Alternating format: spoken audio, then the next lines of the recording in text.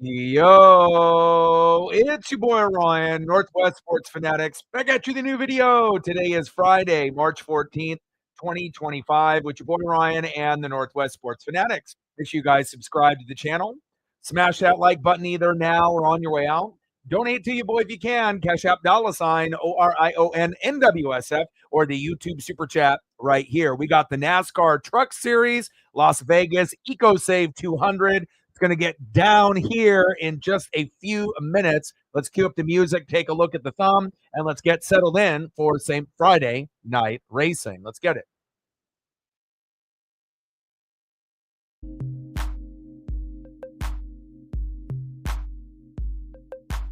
And on the thumb, as you can see, it's Napa Know-How. I got Daniel Hemrick on there, but I had to hit Frankie Muniz. I had to find a position for him on the thumb. I had the thumb all completed, and I'm always going to be Napa Know-How. It's always about Chase Elliott, but I'm going to rock with the Napa truck, the number 19, Daniel Hemrick. But I had to put Frankie in there, and these are the two guys that I'm going to be rooting for here this evening. Let's go, baby.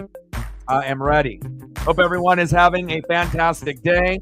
Cole in the building. What's good? Yeah, this is our very first trucks race on the channel. I've been contemplating, doing the trucks or doing the Xfinity at some point since we've been doing the NASCAR Cup pretty much every week. But again, I've been trying to do Mariners, games the last few days. Yesterday, about 10 minutes before the game was supposed to start on my live stream, they canceled it against the Diamondbacks due to, a little bit too much of heavy downpour with the rain. Took me about an hour and a half to prep, to make the thumb and get everything settled in. And that was a little disappointing. And then today, I was going to end up doing the Mariners at 1. And obviously the links weren't working properly, so I had to pivot. So I figured that I would end up doing this today. SmackDown was in Barcelona at noon, and me and Odin's son actually watched it live, Barcelona time from noon to 3. So that's what I was up to earlier this afternoon. It was an awesome show. The Barcelona crowd, perfect. You got that energy and you got that swagger there. And, believe it or not, Cole, I actually tapped in a little bit to F1 this morning. Now, I didn't watch the whole race. I only ended up watching about, 5 or 10 laps just to kind of see what it looks like based off the broadcast. One thing that I can definitely recognize when I'm watching the F1 there in Australia, the camera angles are better than NASCAR. I'll give them that. They got the cameras hooked up to the helmet or right behind the helmet of the driver. So you're literally in the car, and they go obviously a little bit faster, than the 200 miles an hour that we get in the NASCAR Cup Series. Obviously vehicles, trucks, even a little bit less than that. But again, I'm not an F1 fan, and I'm not going to rule out that we'll never do an F1 stream ever, because I'm doing a trucks one here today. So again, you never know where we might go. But for the 5 or 10 laps that I did get a chance to kind of tune in because of you, Cole, and Megan, I actually enjoyed it. I thought it was pretty cool. The track was laid out great. The fans obviously were into it, and I love the camera angles that we ended up getting there. We got Jamie Little, Big Bad Brad Keselowski, and Joey Logano in the booth. That's another reason why I like the truck series. I think that they do a good job announcing the race. You got Big Bad Brad and Joey Logano obviously giving their insight.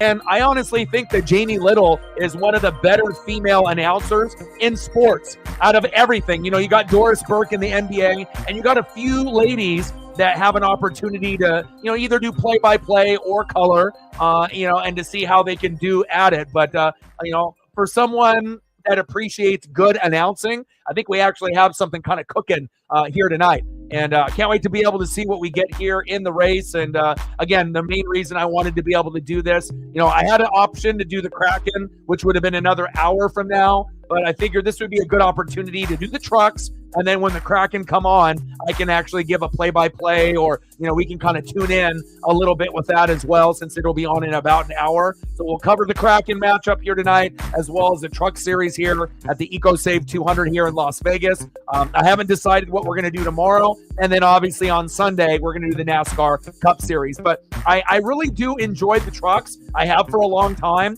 The aerodynamics that you get with the trucks, it's not going to be as fast as Xfinity or in the NASCAR Cup Series, which I love as well. But just something of the look of the trucks on the track, the way that they draft, the way that they, bump next to each other.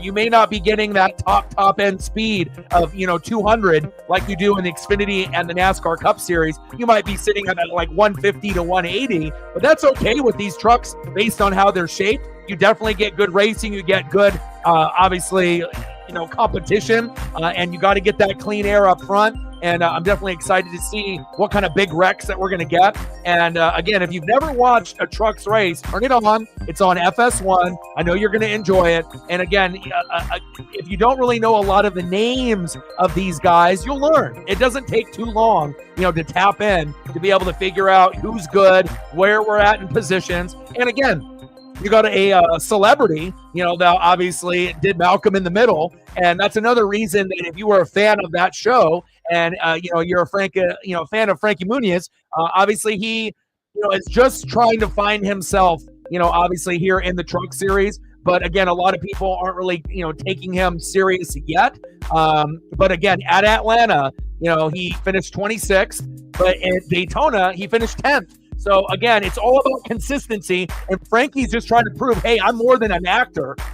I love fucking driving the trucks, and I want to be, I think one day, he wants to try to get himself to be a top 10 driver, and if he's able to accomplish that in the trucks, he'll get a sponsor to go to Xfinity. So he's trying to work his way up, I believe, but first you got to take care of business in the truck. So I'm always going to be rooting for Frankie. Obviously love him and Malcolm in the Middle, and I know that he's starting pretty far in the pack here today. I believe he's starting 29th out of 31 cars, so or 29 out of 30. So he's a little bit far in the pack, but we'll see where it goes. And then the guy that I'm always going to be rooting for, Napa Know-How, Daniel Hemrick. I believe he is starting in 12th.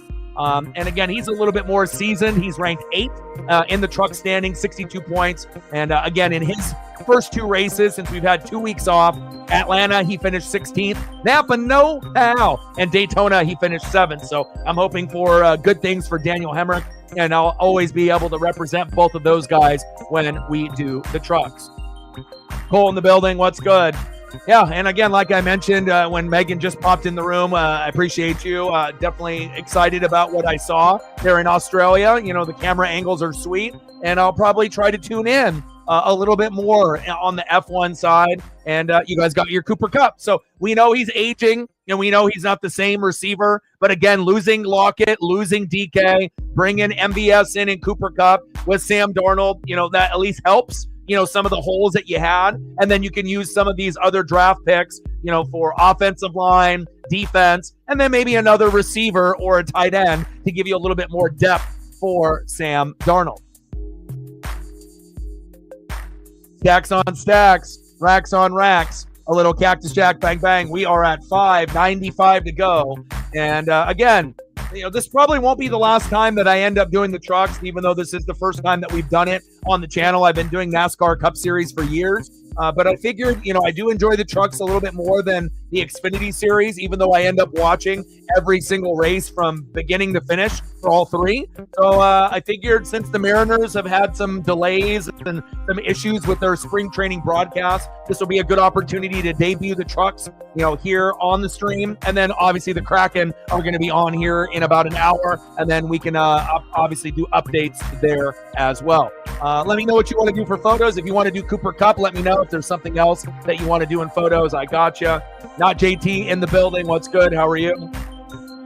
Yeah, I didn't get a chance to watch the whole thing. I only watched about 5 or 10 laps. But one thing is for sure, the camera angles are better in F1 than they are in NASCAR, whether it's the trucks, the Xfinity Series, or the Cup Series.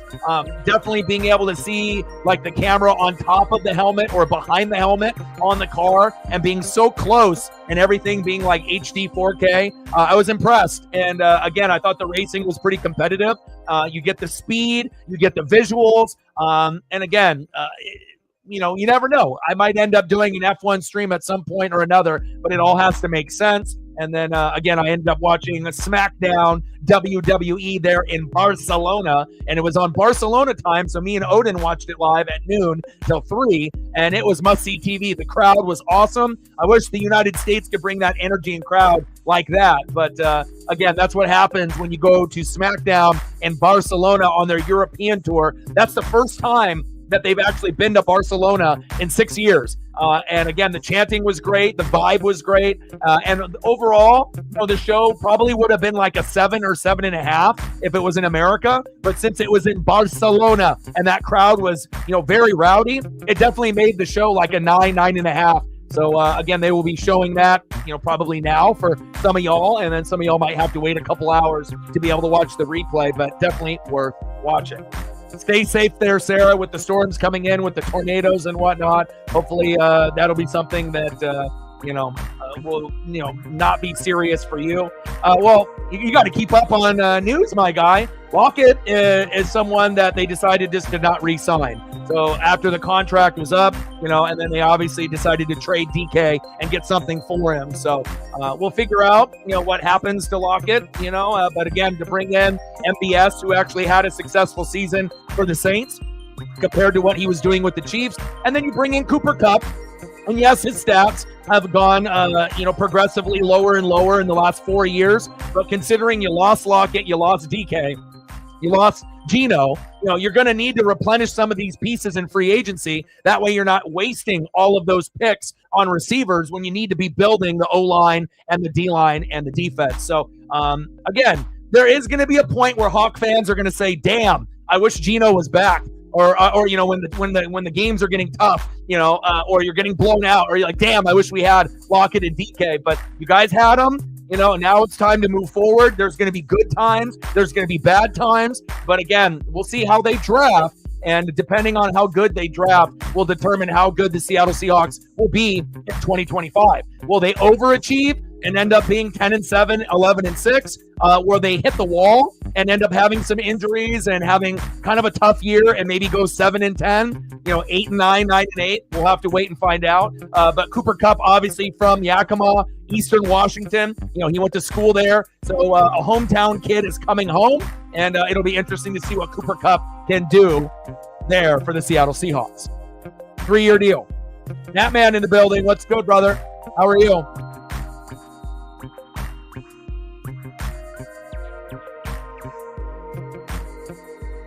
I saw that 4 or 5 seconds right off of the puck drop in OT. So pretty cool. All right, let me see what we can do here. I gotta turn this down.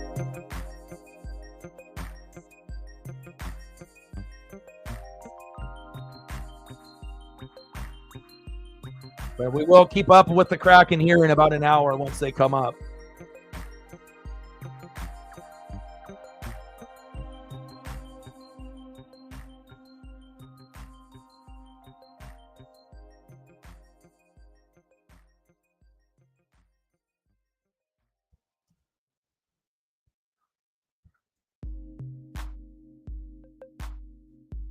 Corey Day on the poll here today.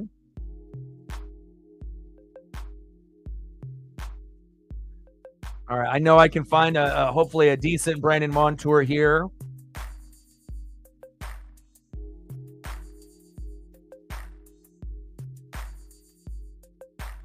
Oh, baby, that's a good one. I didn't think it would convert, but it did. There you go.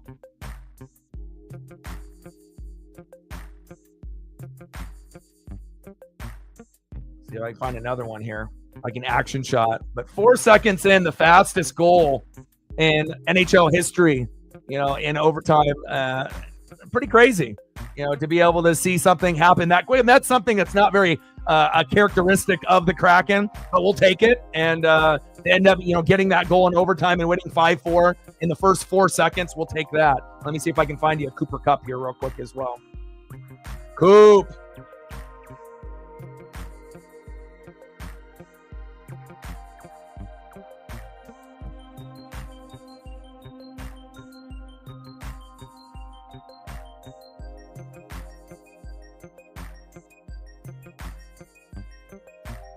Start your engines. Let's go.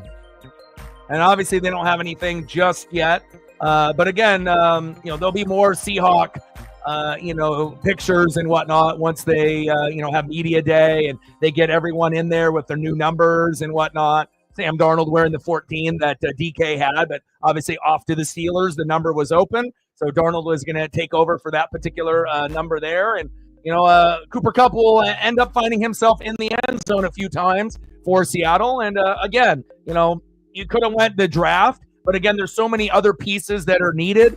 We'll see kind of how it all plays out now, as long as they have, some time to be able to go to MVS, Cooper Kupp, and others, and Kenneth Walker III.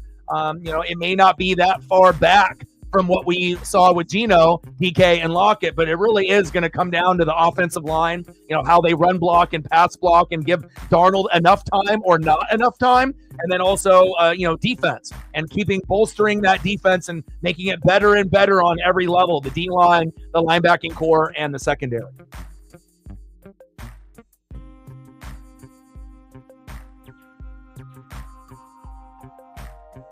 All right, baby, I'm ready. And I'll be rooting for Hemrick to be able to get the win. Napa know-how, and that's the driver there on the far right, driving the Napa 19. Obviously, the 9 is Chase Elliott in the Cup Series, 19 in the trucks. So I'm always going to be Napa all day, every day. And I got to put Frankie on the thumb. I actually tried for about, I'm not even shitting you, I tried for about 30 minutes to an hour to try to find some, transparent images of his truck, because he paired up with Morgan and Morgan, the lawyers. So it's Morgan and Morgan and Munoz, right? But again, I couldn't find one. And then I tried to, get one off one of their photos, but it was too blurry, so it didn't look good. So I wasn't able to do that. But hopefully at some point I'll be able to do a Frankie Munoz, I'll just him, the car as well, or the truck, excuse me. And then obviously I do have a photo of him that I could have used other than that one, but at least in the photo that I was able to grab of him, he's actually rocking the Morgan and Morgan jumpsuit, race suit right there, obviously on the thumb. So I figured we'll throw down with the two guys that I'll be rooting for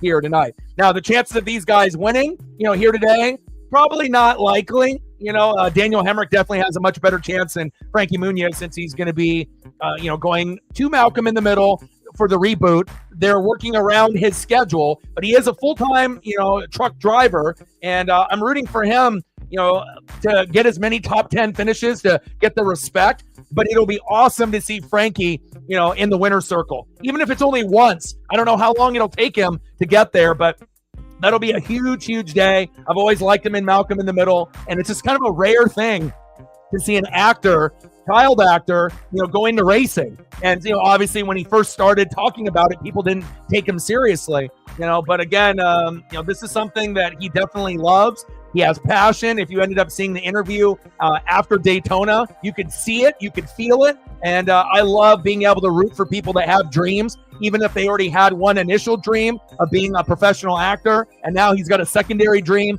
of being a professional NASCAR Truck Series, full-time driver. I'm always going to be able to root for someone that has dreams and that works hard for those dreams. Big facts. I could have, but again, I got to be able to, go through the guys that, it took me a while, because again, I haven't done a thumb for the NASCAR truck. So you got to think every little thing on the thumb I had to find. So I had to find the Ecosave 200 logo, which took me a while because a lot of them weren't converting. Then I had to find the NASCAR Craftsman's Truck Series logo, right? And then, you got to go through these different options with photos of drivers and trucks. So maybe in the future, we'll go down that particular route. But these will be the guys that I'll be rooting for. Caruth, obviously rocking the 71 with Hendrick as well. The 2024 Las Vegas Truck Series winner last year. I like the way that, he kind of presents himself, on the track also. So usually it'll probably be, one of those three guys. Caruth, obviously keeping it with kind of like that Hendrick theme. He's doing kind of like the Kyle Larson thing, based on the Hendrick truck itself, just like the Hendrick Motorsports truck that you have with Larson. Same thing with Caruth. And then obviously I'll be seeing what we can get here from some of these others as we get the race going. Let's go.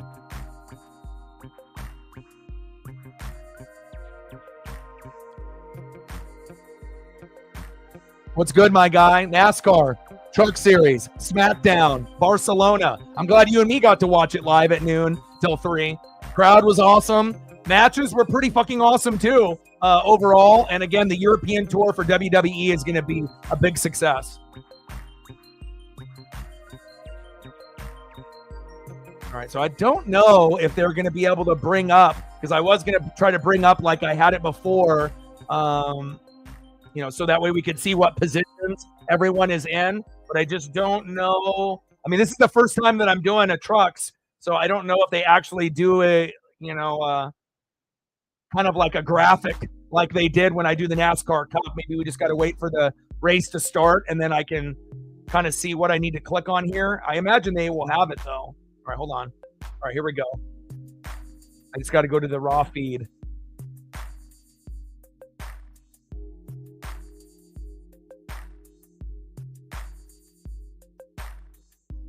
All right, here we go. On the timeline. All right, let's see right here. There we go.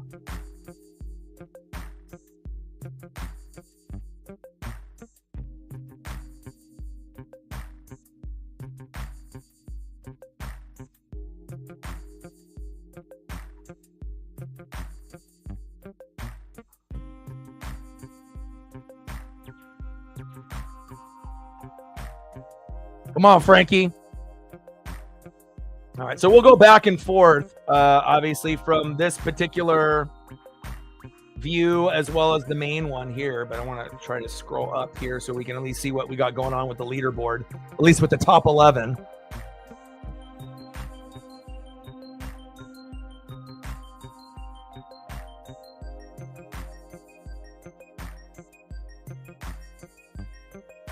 Day, Ankrum, Garcia, Haley, Friesen in your top 5. Caruth, hey, we're going to be rooting for him.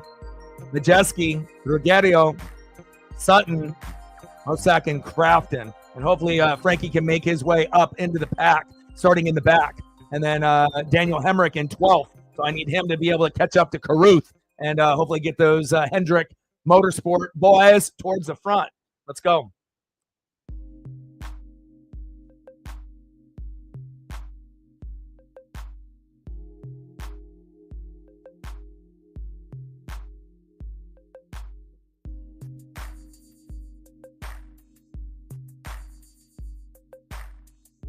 We got some wind, huh? 14 to 23 miles per hour, 53 degrees, partly cloudy. Track temp is 60, so we probably won't have any rain coming in, but we'll see what happens as far as hopefully we don't have any delays or anything of that nature. And again, these races go by pretty quick. Again, it's only about, maybe about 2 hours and 30 minutes typically. And then again, if we have a bunch of cautions, a bunch of wrecks, hopefully we have a few of those, then maybe closer to that 3-hour mark. But again, I just love the way that they look on the track. So unique and different compared to the Xfinity Series and the Cup Series.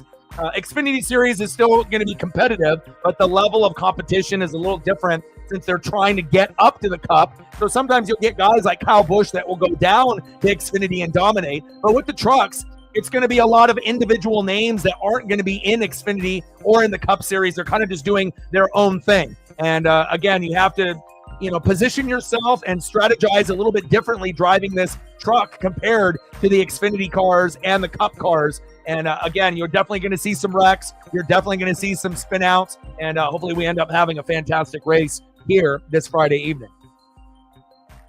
Seriously. Like, sub, donate, comment, share. If you haven't smashed that like button yet, please do. Help your boy out. Odin with the tenor. Thank you, Odin.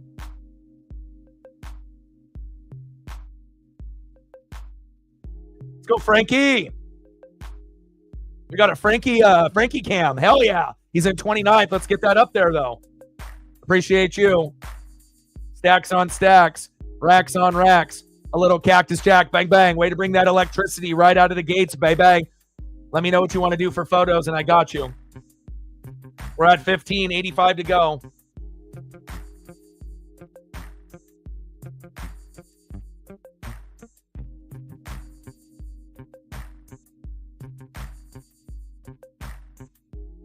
Okay, no worries. Thank you for the update.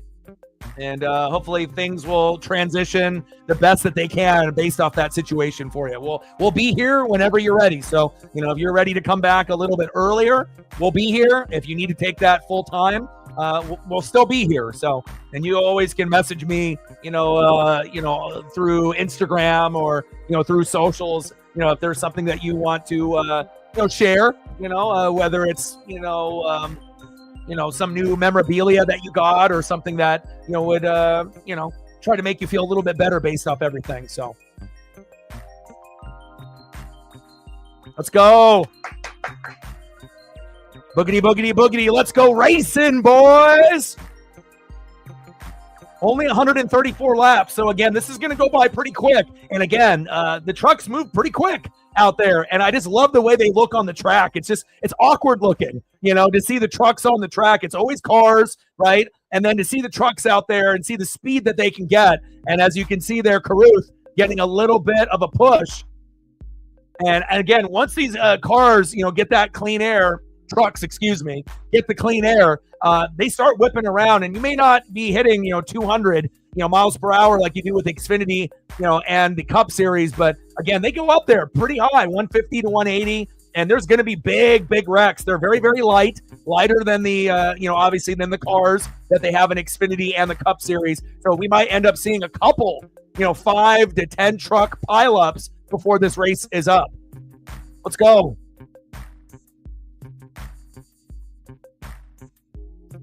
And then you guys let me know. That TNA pay-per-view. Got a link for that. I probably should be turning that on as well. Kraken will be on in a little bit too. And then you guys let me know if you guys want to keep it like this. Based off position, we can always go either way. Obviously, this is going to, look good based off a nice HD 4K photo behind me and whatnot. But, as far as the positions are concerned, I can verbalize them, but it's always good to kind of visualize them as well here. Ankrum, Day, Garcia, Majeski, Justin Haley, Friesen, Crafton, Heim, all jockeying, Crafton, and Chandler Smith on the outside looking in.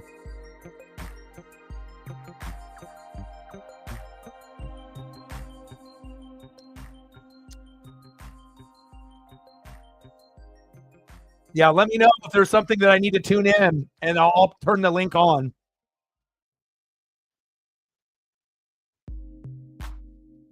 And I like the fact that they have not only Jamie Little, on here, that they got Big Bad Brad, Keselowski, and Joey Logano. So, they got a good broadcasting crew to make it fun for, the good 2.5 hours. We're already 5 laps in. It goes quick, 6 laps in.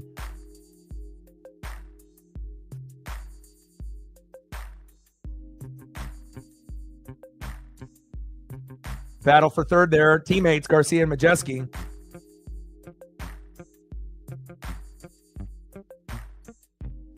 I don't know if there's anything that looks cooler going around the track than a truck. Cars are cool, but I don't know. Maybe it's just that I want, a truck for myself so that me and Paisley can go mob around and whatnot. I don't need to get like a big one, but, just something kind of compact. And maybe that's why I like the truck series so much, because maybe I can visualize myself driving one and mobbing around, being able to take Paisley to the beach and being able to go on adventures together. I'm already up to 7th, started 16th. He's on a great run so far. Here we go. Now we got all the other information popping in here based off the race incidences, race action, and any other movement that we're going to have. And then you'll see 1 through 11, just like when we do the NASCAR Cup Series races, they're on the right next to me. Ankrum, Day battling it out. Majeski, Garcia, Ruggiero, Friesen, Heim, Haley, Smith, Caruth, and Gray. Yeah, you let me know, man.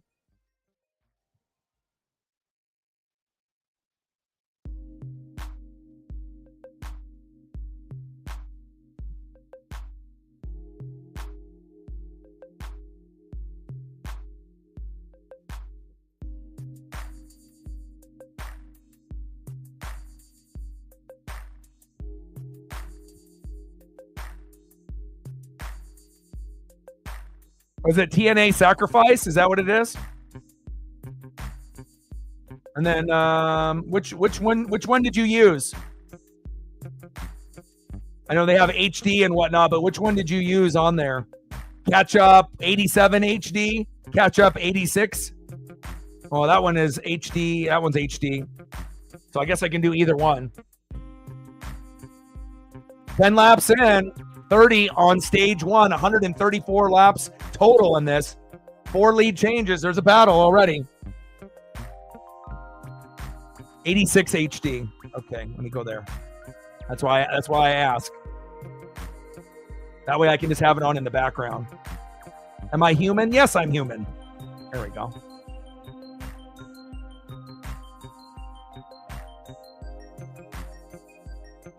Raja Karuth, get up there, baby.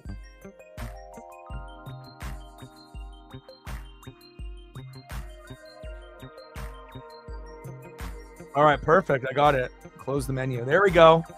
All right, what match am I looking at right now? What do we got going on? You want to update me real quick here? So I got the TNA pay-per-view on right now, and me and Odin have been on this like wrestling fix where we ended up watching AEW Revolution together. We got a chance to watch SmackDown, and I'm in Oregon, he's in New York, so we always try to link up and try to watch things at the same time. And SmackDown was in Barcelona from noon to 3 at Barcelona time. Otherwise, I probably would have considered doing that for maybe a stream today. But again, I highly recommend watching SmackDown if you're a wrestling fan. It was good. Unique looking TNA ring aprons and whatnot that they have going on here. I'll be honest, I haven't watched TNA in a couple years. All right, we're 13 laps in. Ankrum, Day, Majeski, Garcia, and Friesen, Heim, Ruggiero, Haley, Smith, and Caruth. Let's go, Raja. I just need to be able to get some of the others up there. Like Hemrick has got to get up there, and we got to get Frankie Muniz up there as well. Oh, Mustafa. Sometimes it's good for certain guys to be able to move on, from AEW or WWE, to be able to find an opportunity to get appreciated. And obviously Mustafa Ali never really got fully appreciated. Oh, wow. 450 chop out to the outside of the ring by Mustafa Ali. Holy cow. And we're in a commercial break here. Obviously, they're still going, but 15 laps in, we're about halfway through stage one.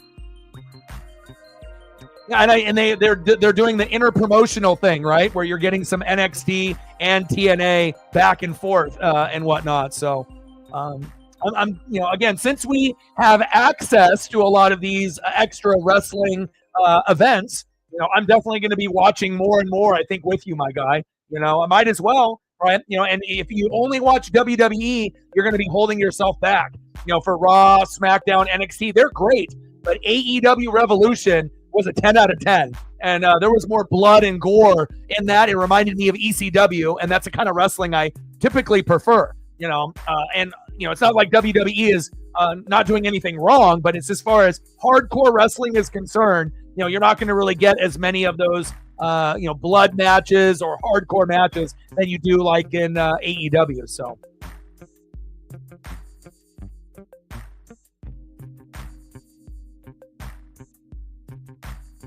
And then hopefully the Kraken can get a dub. They're playing the Utah Hockey Club, and hopefully they can find a way. That'll be starting here in about 28 minutes, and I'll throw up that link as well. So I'll be watching 3 things: the Kraken, TNA Sacrifice, and then obviously this race, NASCAR Truck Series, Las Vegas Ecosave 200.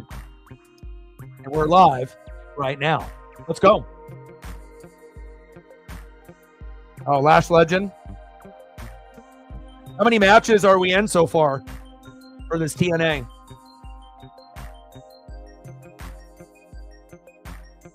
Yeah, did you watch it? How was it? You go hardcore, just like Air. Like you and Air definitely watch the most. I think I need to catch up to y'all. And again, I watch a little bit of everything, but probably should be watching a little bit more TNA Impact and NJPW and again, I watch everything WWE, and I tune into AEW. But again, those other promotions probably should be getting a little bit of my time. Whoop that trick. Ecosave 200 here in Las Vegas.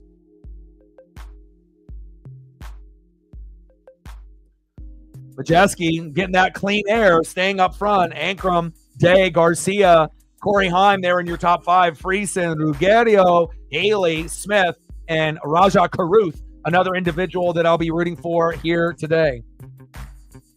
It'll be Hemrick and the Napa Know-How, number 19. I'll be rooting for Karuth.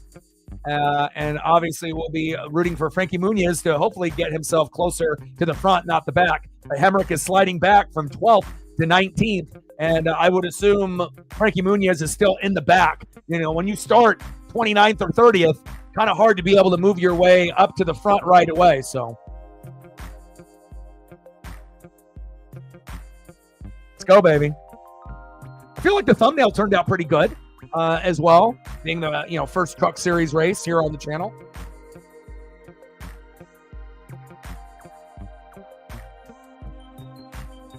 Majeski. And I feel like, once you start recognizing the names, then it becomes more interesting. And that's anything that you watch. Basketball, baseball, football, soccer, wrestling, whatever. The more that you watch and the more that you're comfortable with the names and who they are, who their sponsors are, what the teams are, then you're going to get more interested, overall in the product. And I don't know, I just love the way that the trucks look on the track. It's such a weird, unique look compared to the cars that I'm used to typically looking at. But, again, it's super entertaining.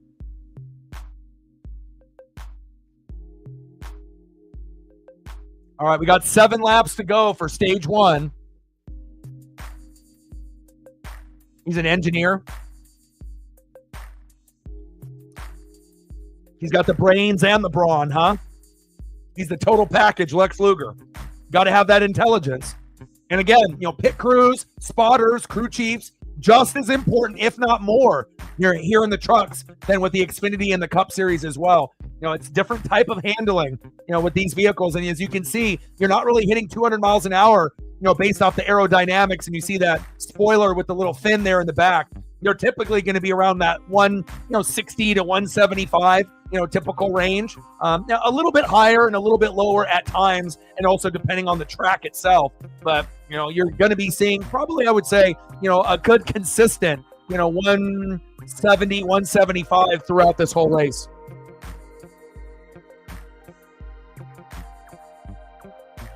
And again, we've had 2 weeks off on the trucks, so, I've been missing it a lot. We had Atlanta, we had Daytona, and I've just been sitting here twiddling my thumbs, just waiting for this fucking trucks race, and I'm really happy that they're finally back. It's just something cool to be able to tune into as we're getting into our weekend. Trucks on Friday, Xfinity on Saturday, NASCAR Cup on Sunday, and especially when football season's over, that's awesome for me and for a lot of others too. Giving yourself something exciting to look forward to watching. Besides the typical baseball and spring training, NBA, NHL, obviously WWE, everyone's going to have their favorites and whatnot. Majeski, Ankrum, Day, Heim, Friesen, Garcia, Haley, Chandler Smith, Ruggiero, and Raja Karuth. There's Frankie. We got the Frankie cam, Morgan and Muniz. He's currently 28th, so he's only gained 1 position. But I'm always going to be rooting for Frankie.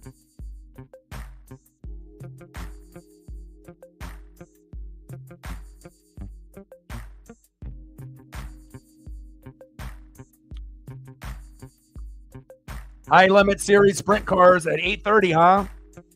Joseph with the update. Appreciate that. All right, we got 4 laps to go. Hopefully we don't have any rain in the forecast, but I do see some droplets there on the camera, which is not a good sign. I know the wind was going to be in the 20 to 35 mile an hour kind of range, but come on, Vegas. I don't want to have any rain, baby.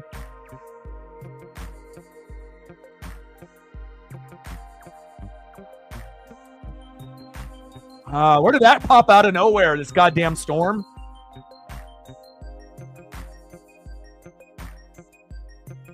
Three laps to go here in stage 1.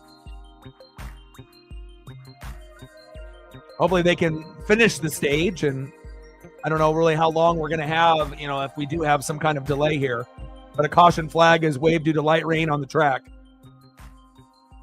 Well, Nat man, we thought we were going to be able to not worry about the rain. It wasn't really in the forecast. And just like that, there it is.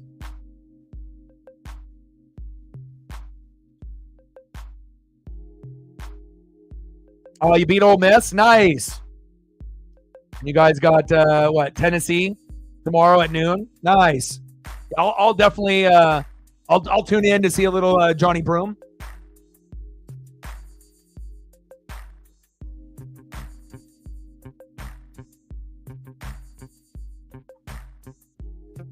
Well, as long as it's not as bad as Daytona, where the live stream lasted over 8 hours. So again, we won't have anything like that. Hopefully it'll just be a minor pass through. And again, normally truck series races are about 2 hours to 2 hours, 30 minutes, kind of like a MLB baseball game with the new rule changes.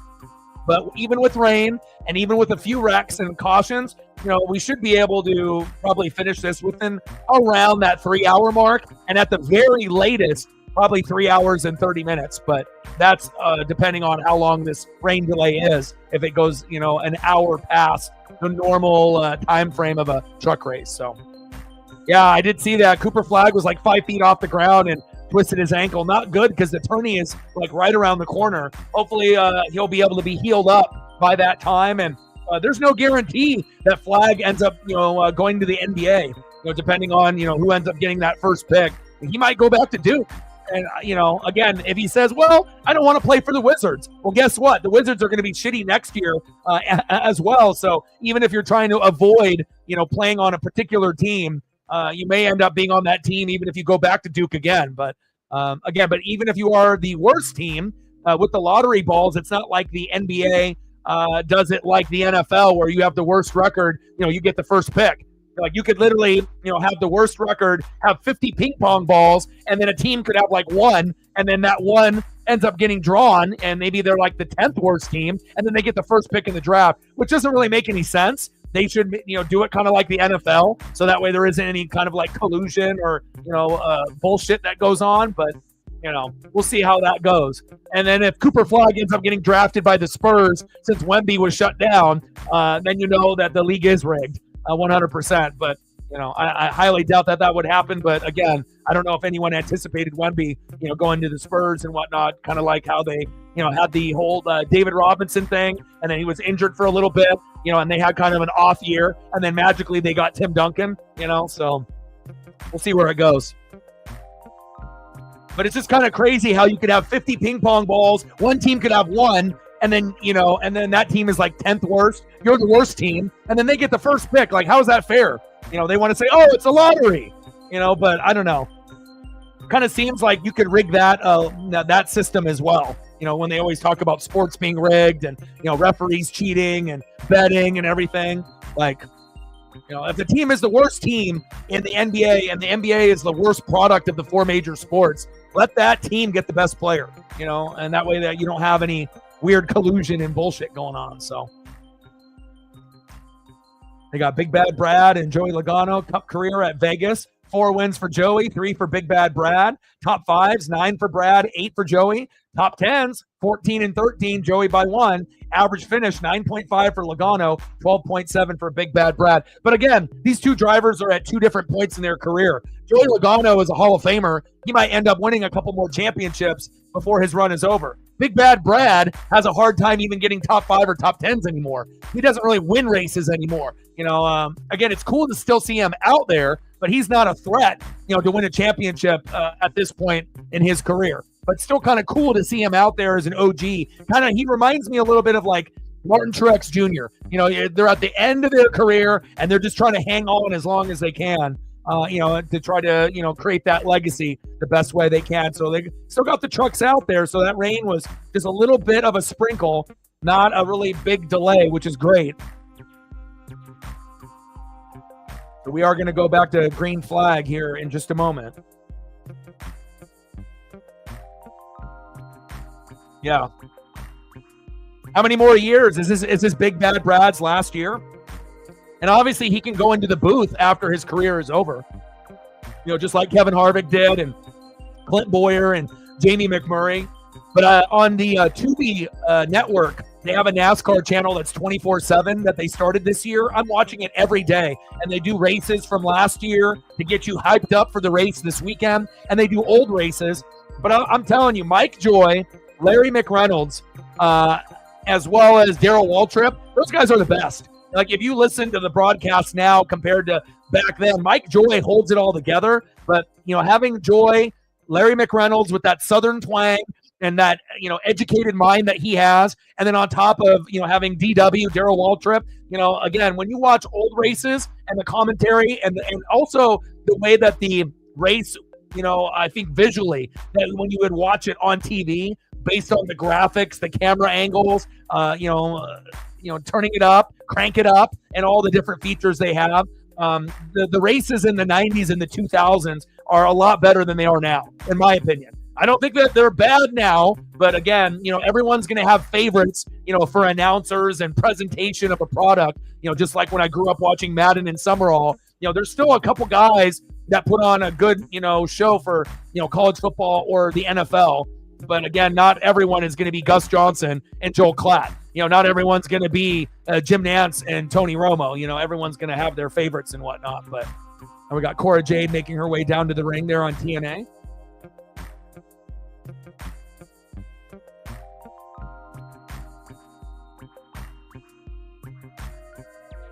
All right, stay safe.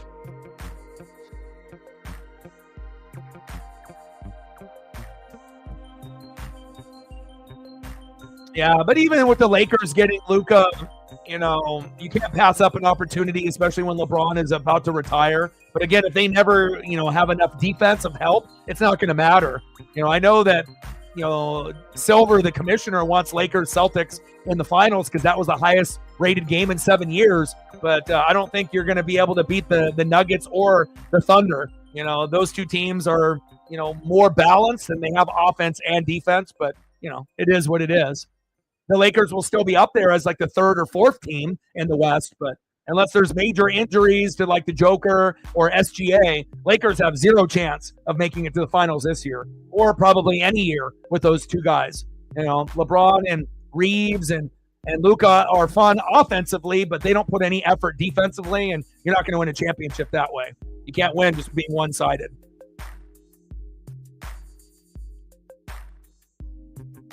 Yeah, Masha does. Obviously, quite a few trucks hitting the pits.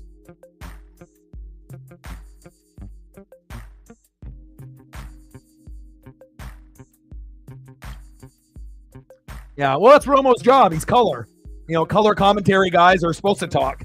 You got Tom Brady doing the color on Fox, and you got Romo on CBS. But I prefer more Gus Johnson and Joel Klatt. Where you get really smart, educated guys, and they have really good voices, and they are friends. Sometimes they pair people up, and they don't really get along off camera and whatnot. They try to be civil and whatnot, but not everyone is created equal.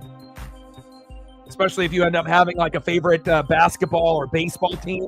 Announcers can make the game great or make you want to, turn the game off or mute. That's facts.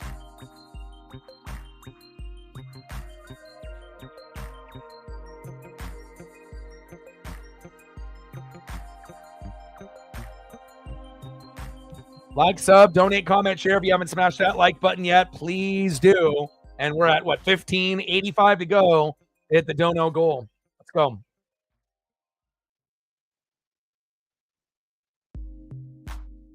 See, we need 2 more to get to 10. If we can, there we go. Now we're at 10. We need 10 more to hit the algorithm. And if we can get to 20, you never know what kind of recommendation or boost that we can get. So we're halfway there. Let's see if we can get another 10 likes within the next 30 minutes to an hour.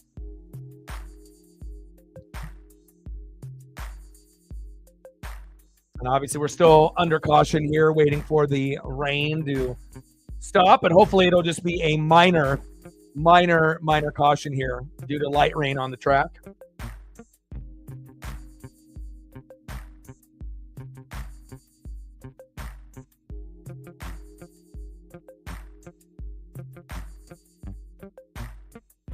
I appreciate that.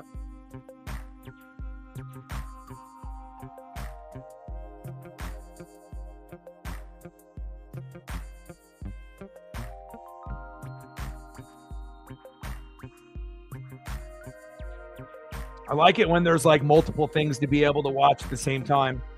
Cooper Kupp joining the Hawks on a 3-year deal. Hopefully he'll be able to stay injury-free and fill the gap that Lockett and DK ended up leaving. And I haven't really decided what we want to do for tomorrow. I mean, I guess I could possibly do the Xfinity series tomorrow.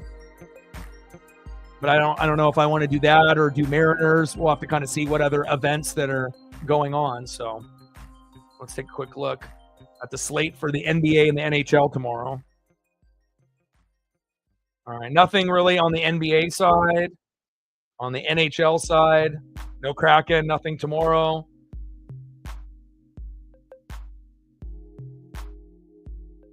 And then Mariners have a split squad. One game against the Giants at one and one game against the Padres on the other. So, I mean, if the link is available, then, we might do that. So maybe Mariners or Xfinity series tomorrow. And MLB World Tour, the Tokyo series. I love baseball. And I like watching the Dodgers and the Cubs. But unfortunately, we will not be doing a stream at 3 a.m. But I definitely will be probably trying to tune in at some point.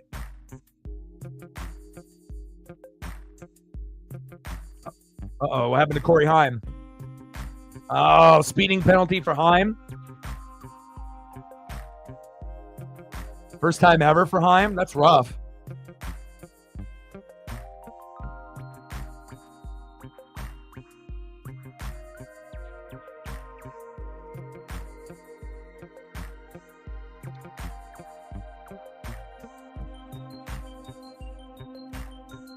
.34 laps in out of the 134. And that's another reason I think I like the trucks so much as well, is they look cool on the track. The aerodynamics are undefeated, right? You get big wrecks, and it doesn't take a long time for the race, to go. It's obviously a truck series race. You're not going to be sitting there for like 5 hours. It's pretty quick, especially when, we're always on the go and you always have other things that you got to be able to do. It's nice to be able to get something, that is about 2 hours, 2 hours and 30 minutes, maybe 3 hours, 3 hours and 30 minutes, depending on the race and the delays that we have and the cautions. But it doesn't feel like it's dragged out. Sometimes on the Xfinity and the Cup Series, it feels like it's dragged out, based on the cautions and the weather and everything else. But, for almost every truck race that I've seen, it's been pretty smooth. And, again, it ends up being over a lot faster than people anticipate. And we haven't had that big wreck yet, obviously, with this light rain coming down. But hopefully we can go green flag racing here shortly.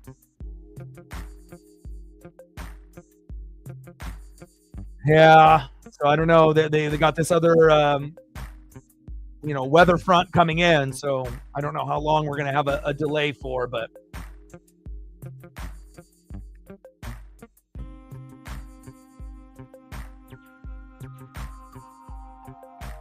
All of them are going to the pits.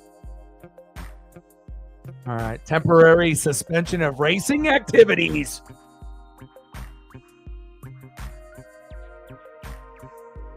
But that's not going to hinder me from not doing one of these again later in the season. So, I mean, and also depending on, what's going on a Friday, it could be SmackDown one week, maybe the NASCAR trucks the next. But I mean, if I'm already going to be watching this race anyways, might as well do a stream of it, gain some other, fans to watch along and, grow the brand. So.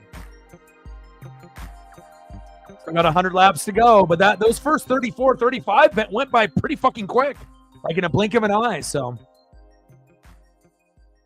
and again, when you end up doing cars, it's usually like, 250, 300, 134 is nothing.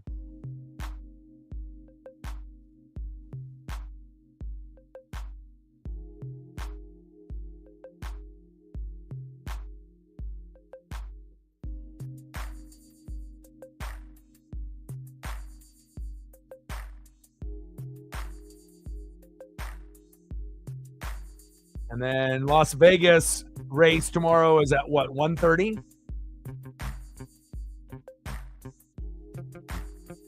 It says 4:39, that's Eastern, so 1:39, 1:30. So it'll be around the same time as the Mariners tomorrow if I have that. So we'll see. Xfinity Series or Mariners tomorrow, and then obviously NASCAR Cup Series on Sunday for sure.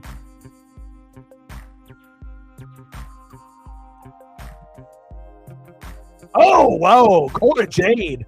Holy cow. I'm watching TNA pay-per-view also here, and then Kraken is going to be on here roughly as well. What a move by Cora Jade. Holy cow. And it's cool to be able to see WWE and TNA have kind of a crossover. What a destroyer. Holy cow.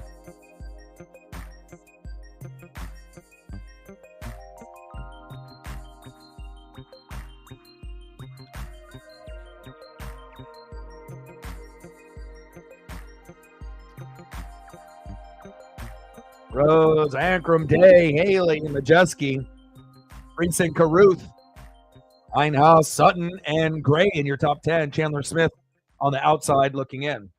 And hopefully this is only going to be like cross our fingers, Nat, man, but hopefully this delay is only going to be like 15 minutes, I'm hoping. Hopefully it's not much longer than that. Cora Jade with the pen. 2.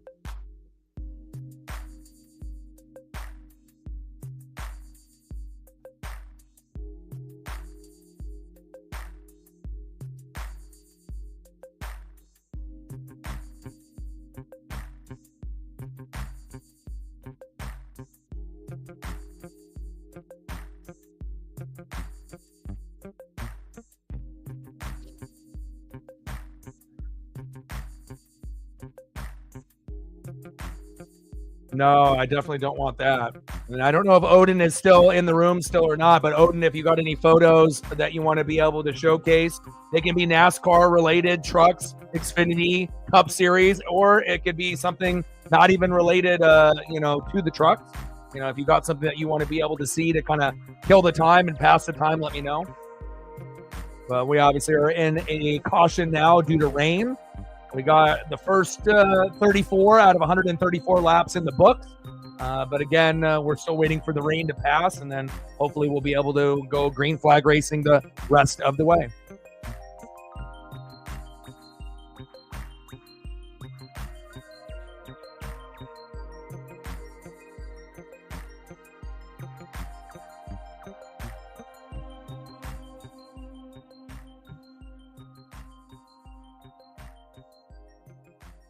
Well, I mean, it's up to you, man. Yeah, I was gonna say, send me some photos or whatnot, and I can pull them up and put them up here and whatnot.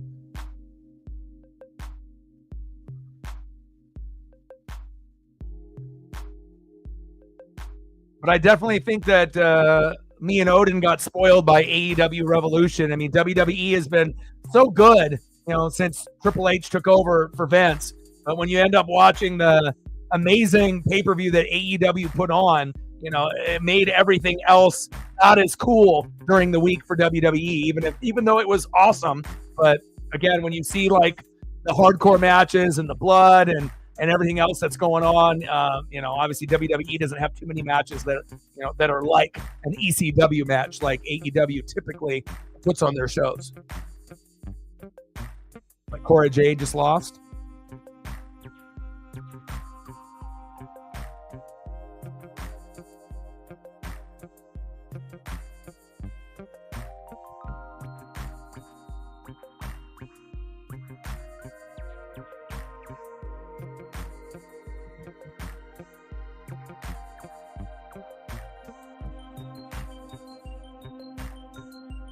Larson is there.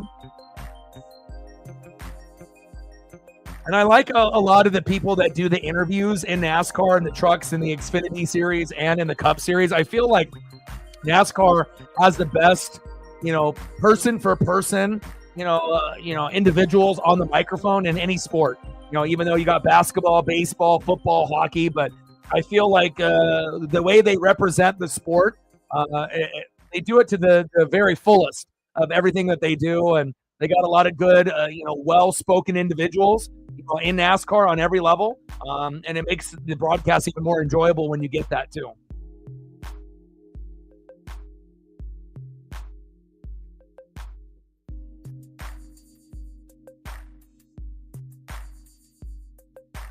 Yeah, also because of the wind, right? So it's not really because of the rain. I think it's, the wind is whipping around, and anyone knows, if you're in the cold, it's one thing, but when you're in the cold and the wind is whipping on your face and your body, it makes it uncomfortable. I mean, I go walk 7 days a week, 3 times a day for about an hour and a half to 2 hours every day with my pup. So I'm out in the elements all the time. So, but hopefully this storm will pass and we can get back to green flag racing.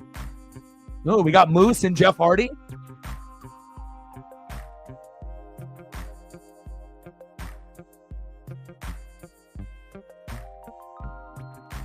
And then we saw Moose and Obafemi going at it. Undertaker approved. Obviously, both of those guys. It'll be interesting to see what we get here. And I should probably turn on the Kraken here as well.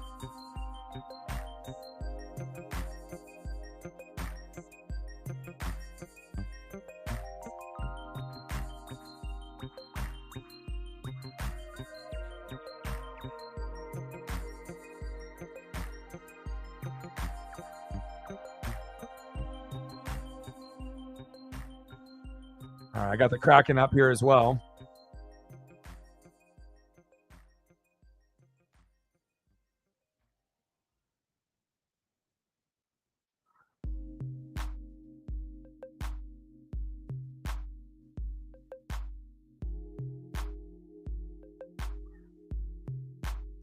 All right, I got so many screens up. Good thing I have good internet.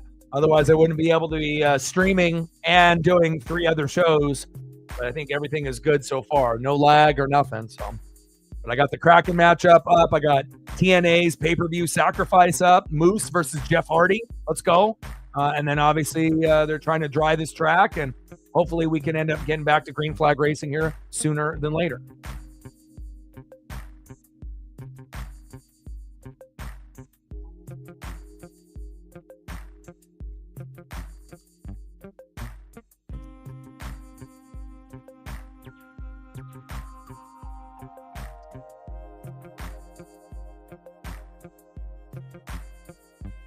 Eat, sleep, delete, obsolete.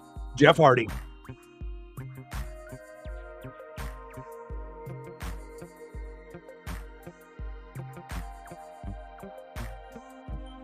I got to turn the volume up here on this little TNA.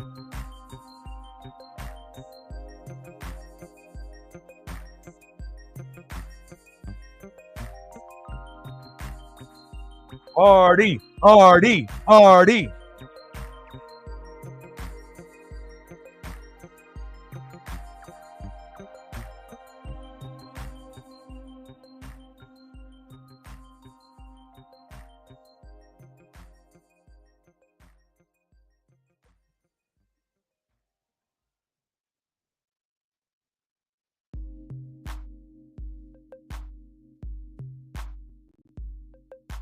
Cool. All right, here, I'm going to send these back to you on Twitter/X, and then I'll pull them from there.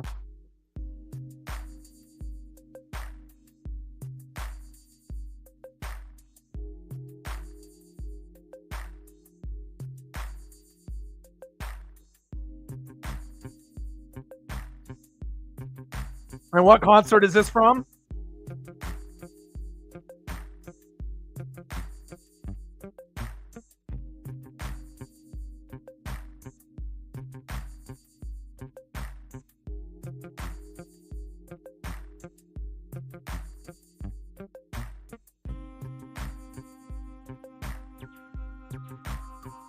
This is one of the last concerts that you went to, right?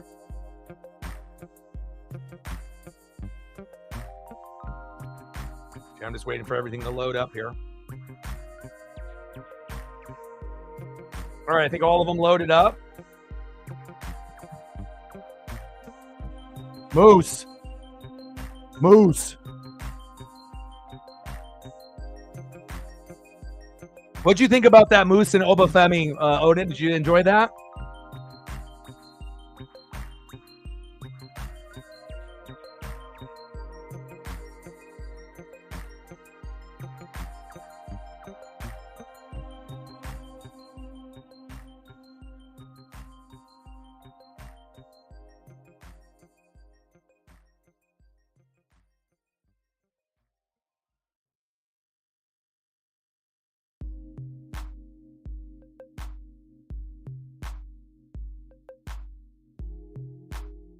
I'm getting the photos loaded up here.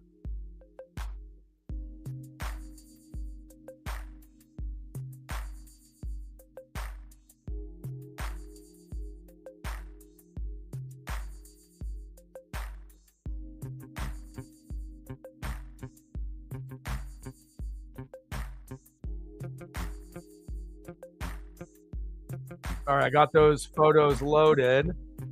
I got the Kraken and the Utah Hockey Club on right now. We got TNA Sacrifice pay-per-view on right now. And then we also have the NASCAR Truck Series that's in a short rain delay on as well. So obviously we'll just be covering all three events, kind of giving updates until we go green flag racing. Okay, I got a couple concert photos. I love it, man. You keep sending me what you with the flames. Oh my.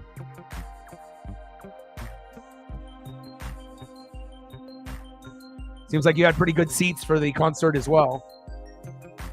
Ah, my boy, looking good.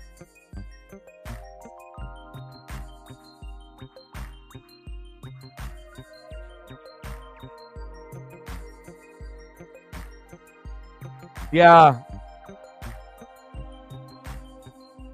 Nice. Come on, Amar. Hammerstein Ballroom. Ramstein. Cradle of Filth. Nice.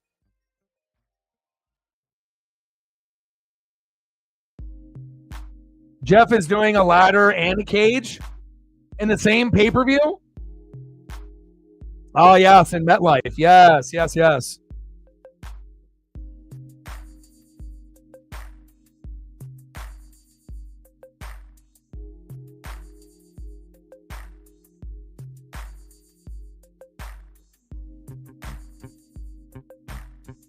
And Moose and Obafemi definitely have that good size that we don't typically see out of wrestlers, that often.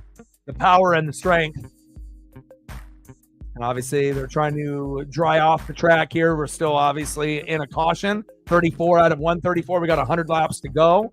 Oh, nice counter there by Jeff Hardy.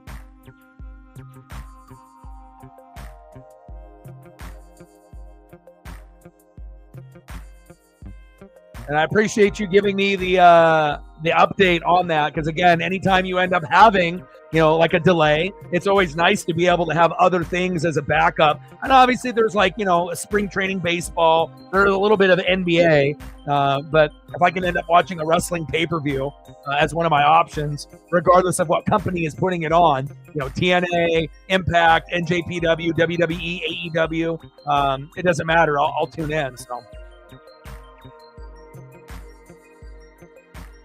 Catch up soon. I'll be watching that on the channel as well. I'll be giving updates on what's going on, and hopefully we can beat the Utah Hockey Club. Seems like every time we do a stream, unfortunately, they lose and they get obliterated. But when we don't do a stream, they win. But hopefully they find a way to get a dub against the Utah Hockey Club here tonight. Take care. Okay, Matt is in the cage match. That's what I was about to say. I thought that one was in one and another party was in the other, but that makes sense now. Because I was going to say, doing a ladder and a cage, I don't know if he can.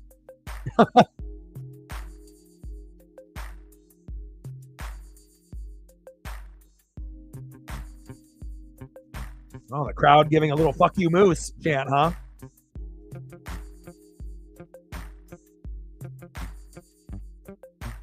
Interesting that the ladders are even TNA colors as well, red and yellow, kind of like the Hulkster.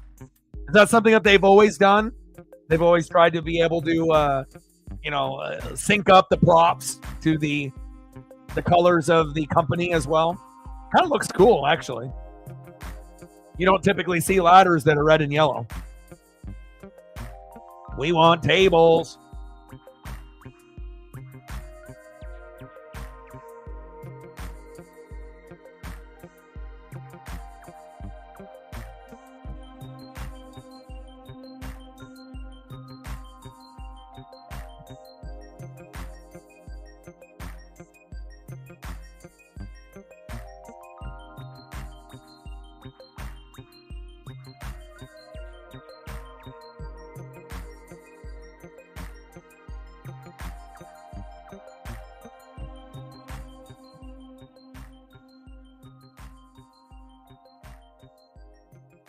Nice TNA chance.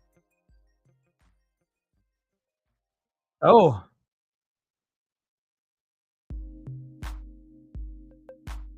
Multicolored ladder. I love it. You don't see that in WWE or AEW.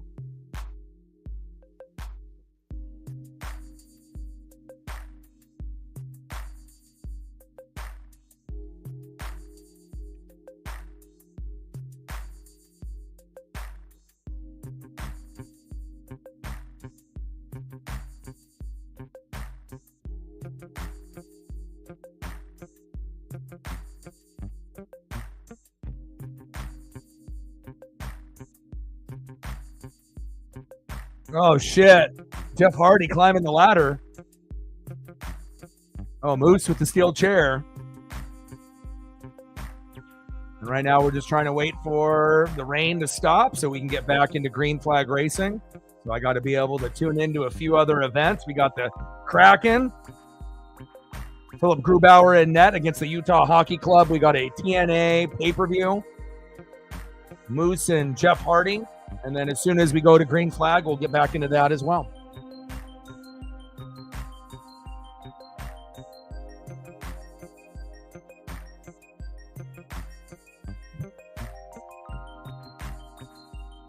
All right, puck drop for the Utah Hockey Club and the Seattle Kraken. We are underway.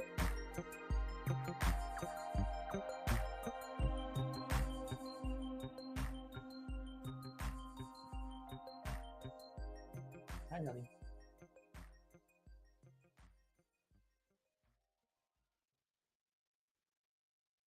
My pup is in here now as well, hanging out with Dad.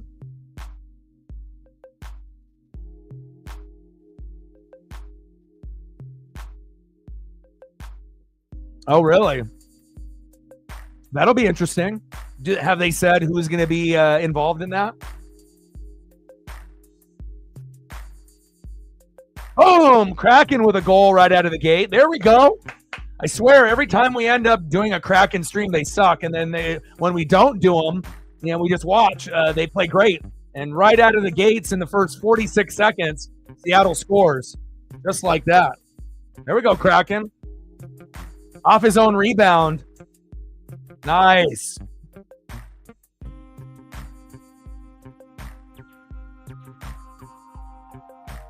Let's go.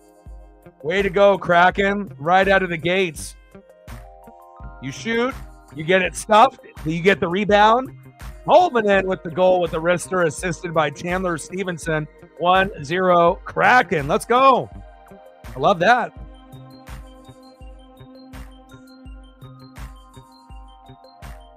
Nice job, Seattle.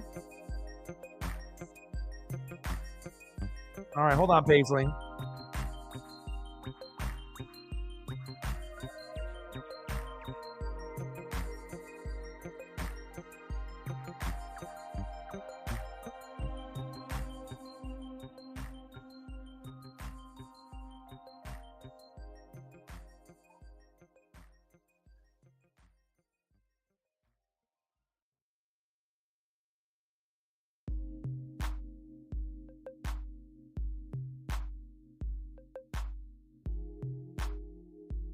Let's go, Seattle. Stay aggressive. Definitely a winnable game against the Utah Hockey Club. And we're still obviously under caution with the rain, but hopefully, it won't be as long as of a delay that we had with like the Daytona 500 and whatnot. And then I got the TNA pay-per-view on here as well. Moose and Jeff Hardy. TNA Sacrifice. It's been pretty good so far.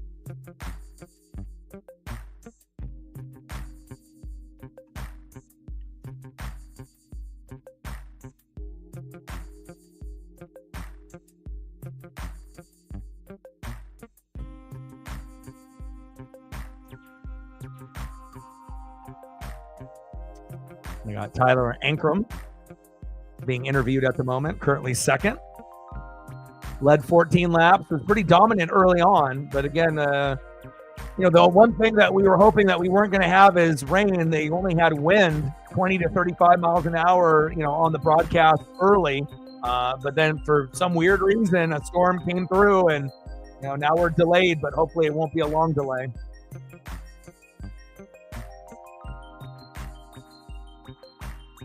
Yes, we actually drafted one this past season, and Durangelo, so he can end up pitching left-handed or right-handed, and he's actually pretty good at both.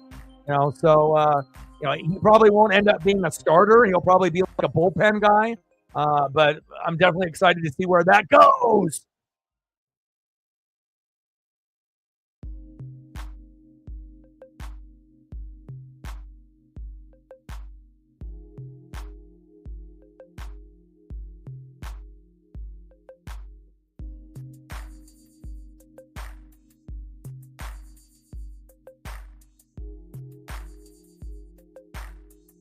They have like a spring breakout game right now where a lot of the Mariner prospects are playing. Ty Pete 3 for 3 with a 2-run blast. That's the Mariners' number 12 prospect. So, and on the post, it says the Mariners Guardians spring breakout game just had a switch pitcher followed, and that was the guy I was mentioning, Durangelo, followed by a guy named Tugboat. It's like, what do other sports even exist? It's pretty crazy.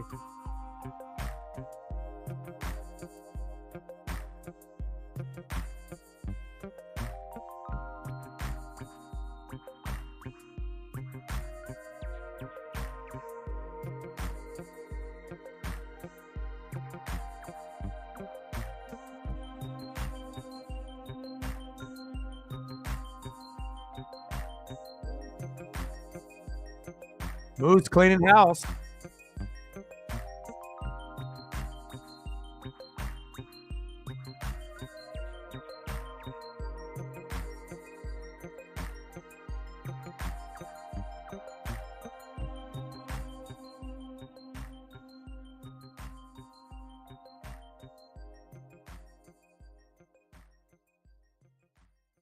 Oh.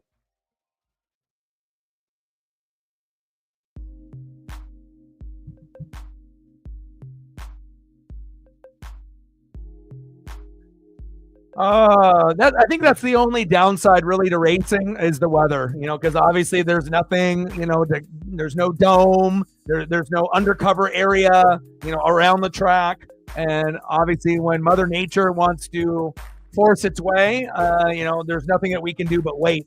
But hopefully we'll get back to green flag sooner than later. But kind of weird because I don't think anyone anticipated the rain today. It's not like we were going in thinking that we were going to have this front come in, and it just like in a matter of like 20 minutes, it went from everything is great to, well, we're going to have to wait and see how this goes now the rest of the way.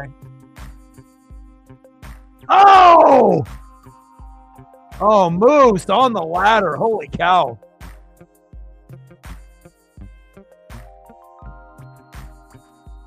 And it seems like it's progressively getting worse here at the track at Vegas. Hopefully we don't have that tomorrow, for the Xfinity Series as well as the Cup Series this weekend. 1-0 Kraken over the Utah Hockey Club. Jeff Hardy and Moose going at it. A little TLC action. Tables, ladders, and chairs.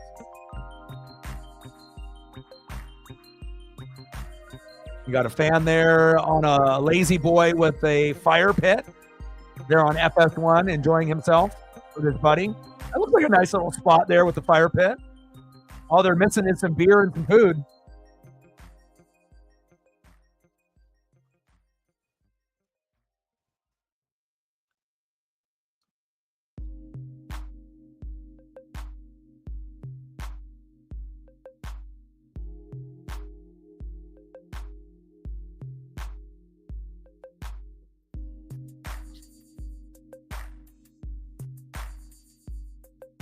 Yeah, well, I guess the race being only 2 hours to 2 hours and 30 minutes is well out the window. Now we're pacing probably for, a 3 hour to 4 hour race now. Hopefully we will be able to finish this race. But again, if the rain can find a way to get the hell out of here, again, it's only 134 laps. We're not doing 250 or 300 or 500. So, I mean, it could end up, if we have green flag racing for like a half hour straight, we could go through quite a few laps in a half hour of green flag racing. Uh-oh. Jeff Hardy! Oh! Damn, he almost didn't clear that. He almost broke his fucking neck. Jesus. Got to be careful. Holy cow. Jeff Hardy got his neck up just in the nick of time. Fuck. Hardy. Jeez. Good thing he tucked his neck. And 1-0 Kraken with Tolvanen with that goal within the first 46 seconds. I like that, baby.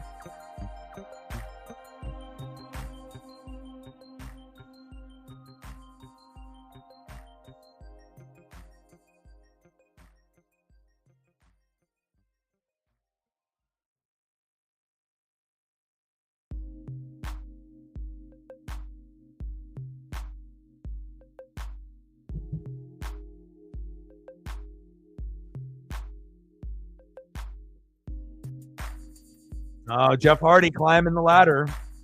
Who's this? We got to run in.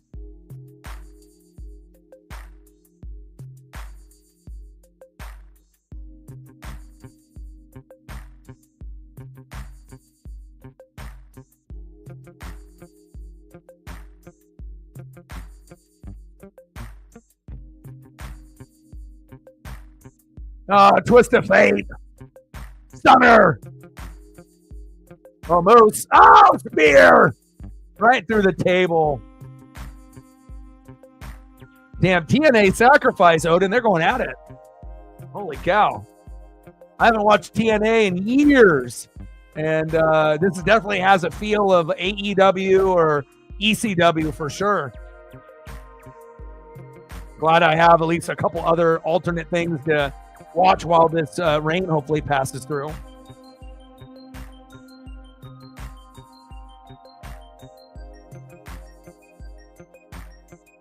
Moose climbing, fans booing.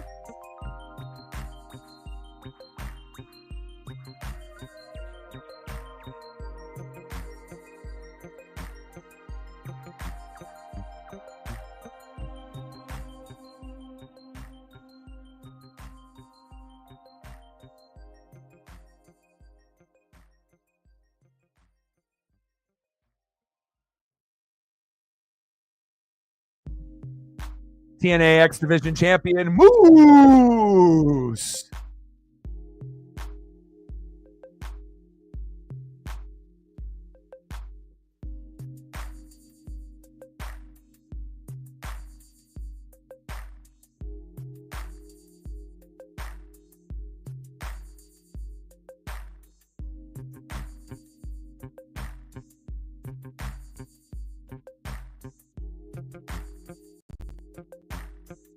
Oh, wow. Back body drop outside of the ring onto the fucking ladder. Oh, man. Jeff Hardy is a crazy son of a bitch.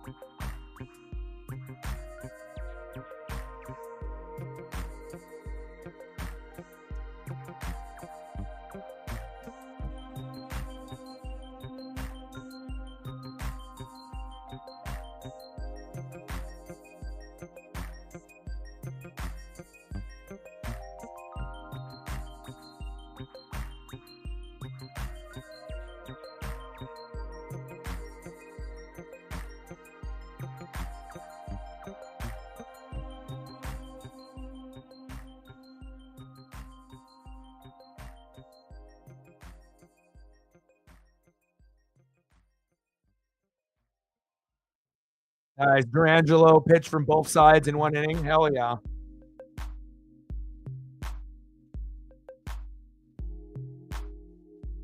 He's got the gas from the left side and the right side.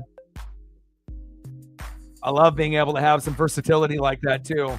The only player in the MLB that can pitch from the left or the right.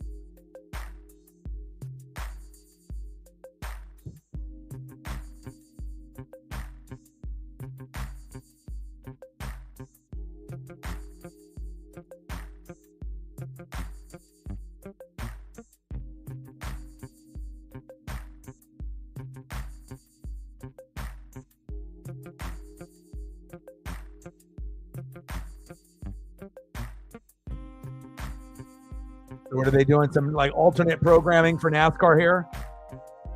Best of Radioactive, because they know they're going to be in a little delay.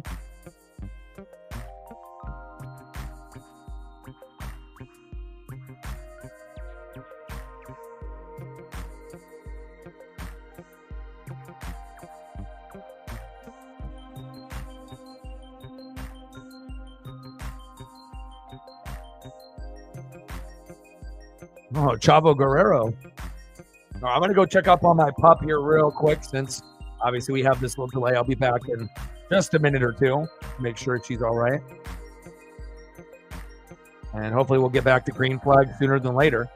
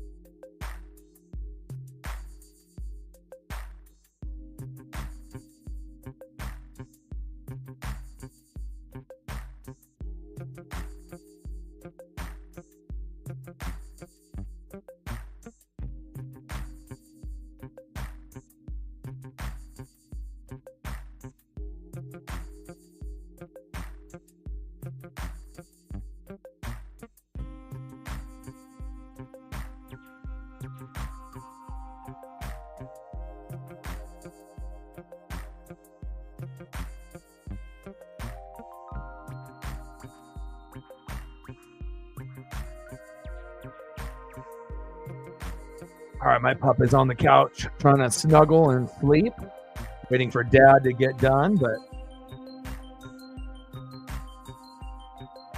looks like dinner is going to be delayed. I mean, I don't really know how long we're going to go, but it's 7:26, so I assume at least a couple more hours.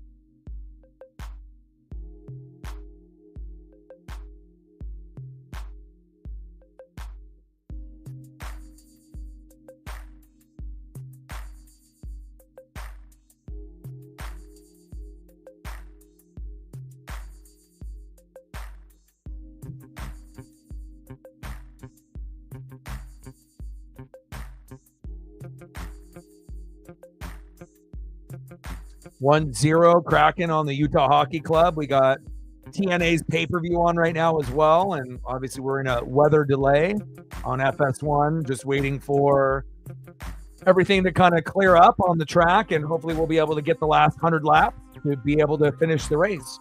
Wasn't anticipating any rain in this particular race. It kind of came out of nowhere. It was only supposed to be 20 to 35 mile an hour high winds, but they got the trucks trying to dry the tracks out, and we'll see how things progress.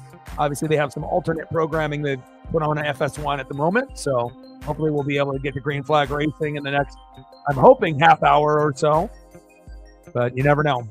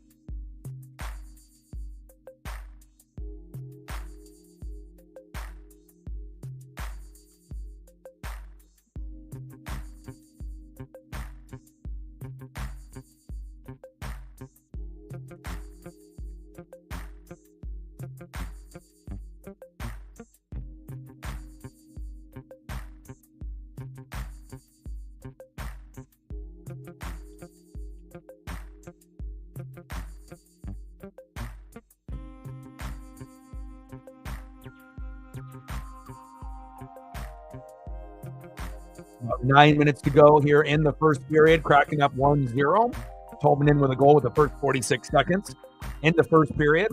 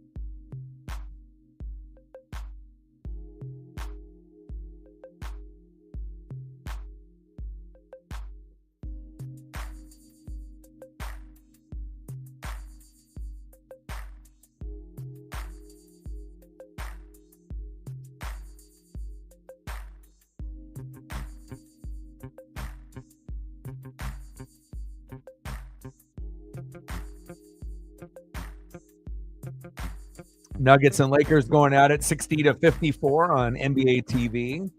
Trying to go through to see if there's anything else going on as we're still waiting. Preds and Ducks at 0, Avalanche 1, Flames 0, and then Jets up on the Stars 4-1. Not a whole lot on the hockey slate.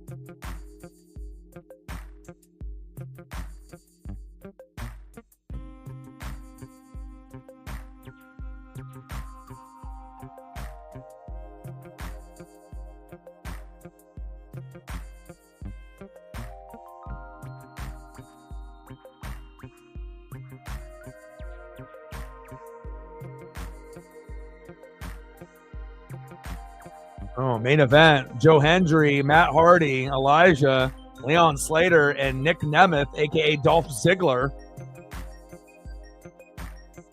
The system. Okay.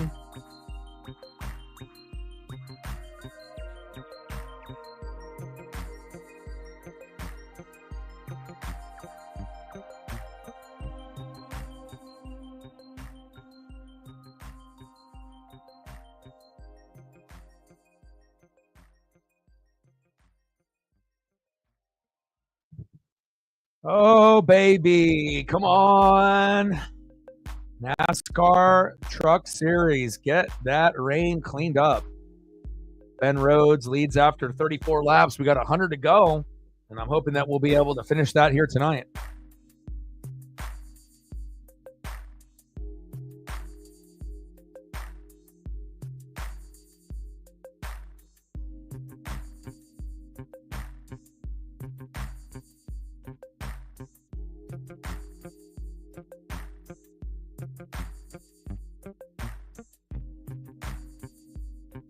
10-man tag match in a steel cage. Let's go.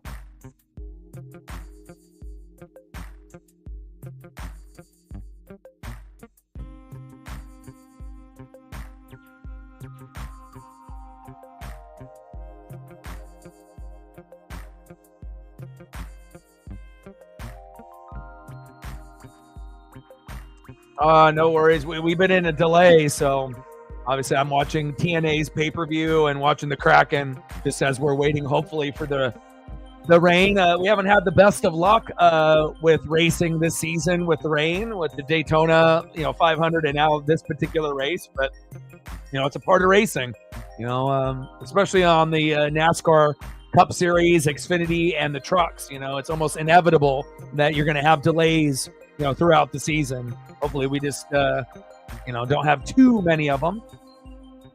But I have a couple other things that I can watch, obviously, to keep me entertained here before we get back into green flag, hopefully.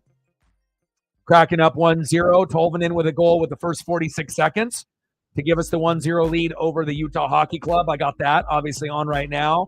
And TNA Sacrifice, 10-man tag team cage match, the main event.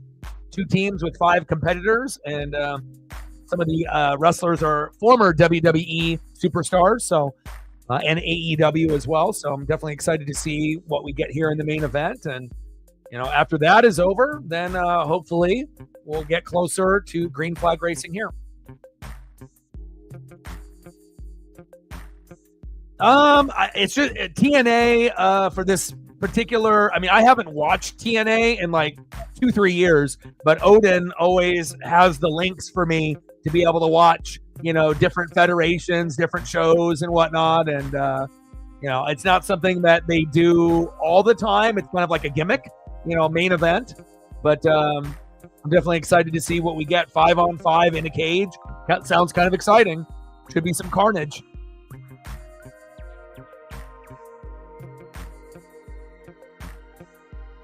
Yeah, and what's going on? I looked up.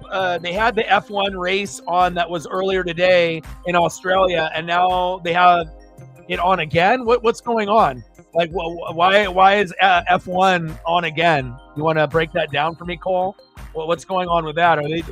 So the race was on earlier today, and then what was I watching earlier today that was on in the morning around noon and whatnot? And what's going on now? Is it just like practice runs? I mean, what's going on here? I'm confused.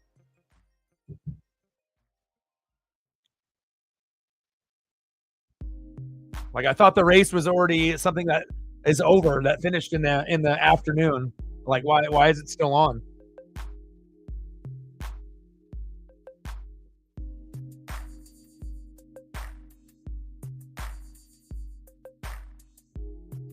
But kind of weird to see.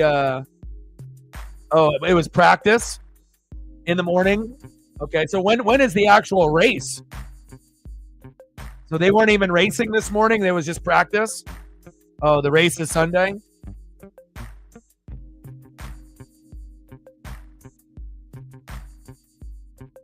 So it was just practice runs and that was it? Wow.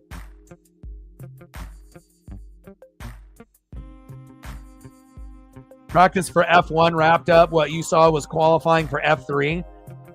So what is there? There's F1, F2, and F3? I'm confused. Maybe that's why I don't watch F1 or IndyCar. I'll do the trucks and the Xfinity and the NASCAR Cup, but Elijah on a horse.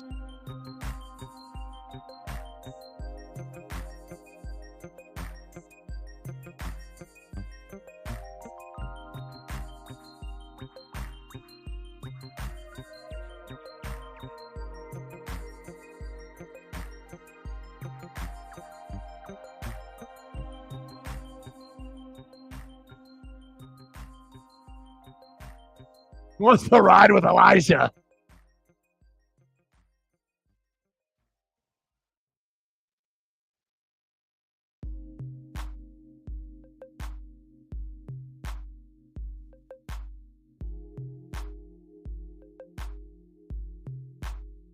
Elias, Ezekiel. It's always with E.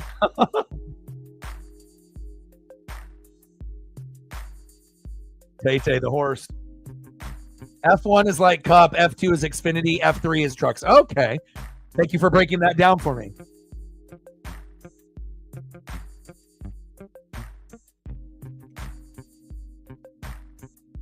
And is there a significant difference on what the cars look like on F1, F2, and F3?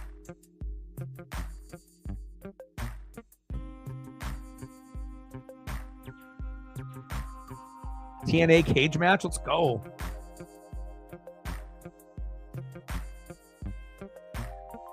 So do you watch a lot of F2 and F3, or do you only watch F1 for the most part?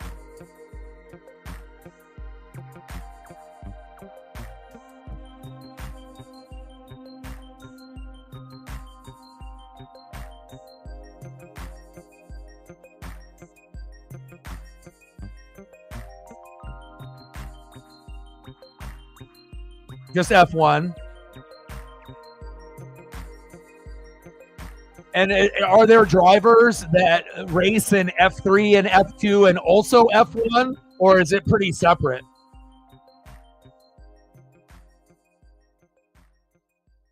We got about 4 minutes left in the first period. Kraken up 1-0 against the Utah Hockey Club. I got Elijah on TNA here in the pay-per-view and the cage match on the guitar. And we're just waiting for Green Flag Racing to get going here. We've been delayed for, I don't know, for what, the last 30, 40 minutes. So kind of unfortunate. We didn't really get that many laps in, only 34 of 134. Technically, we only got about 30 in, and then the other 4 were kind of just in caution laps at that point. But and then now F1 switched over their broadcast to a program alert just to, switch it up since we're still waiting.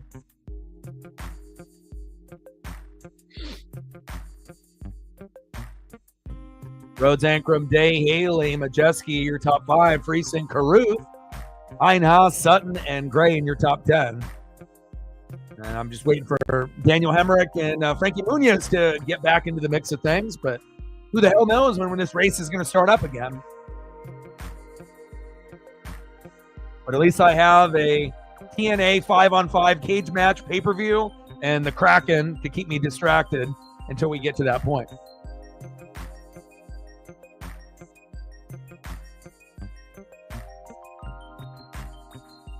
Oh, Utah just scored. Fuck. Come on, Grubauer. He's actually doing a pretty good job up to that point.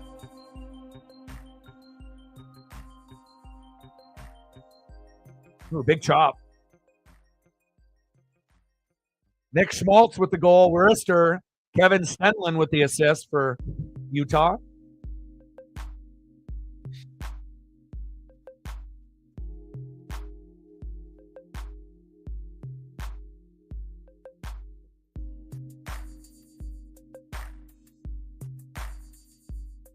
Damn, sounds like fun. Wish I had a PS5. I mean, the equivalent for me would be like, oh, let me turn on my PS2 and play Grand Theft Auto Vice City or Gran Turismo 3. Some like old school throwback game.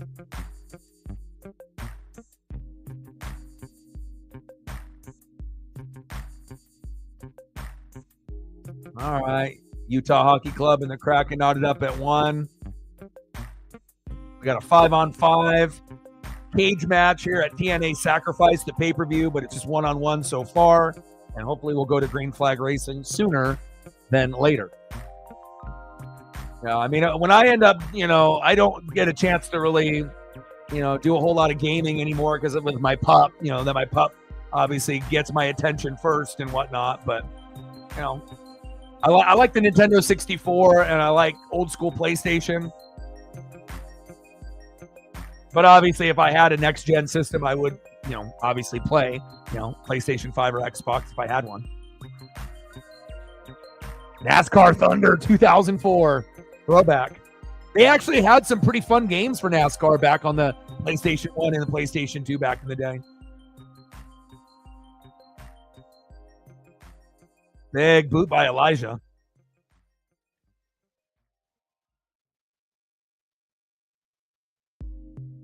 PS2 to get the backyard wrestling. Yeah, I never played them, but I've heard of them, though. We talked about that before. All right, Brian Myers coming in now. Now we got 3 wrestlers here in the cage. A couple minutes left here in the first period between the Kraken and the Utah Hockey Club.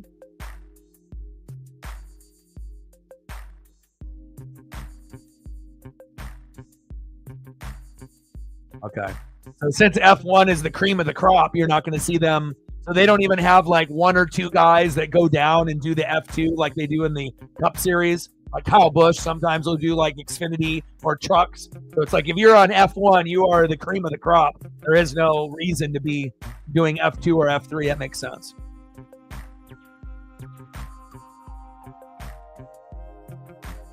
Seems like there's a lot of money involved in the sponsorships on F1 too. As I was looking at, the practice and watching a few of the laps and seeing some of the sponsors, a lot of them are pretty, rich companies that it seems like that are involved. 3, 2, 1. Who is it next?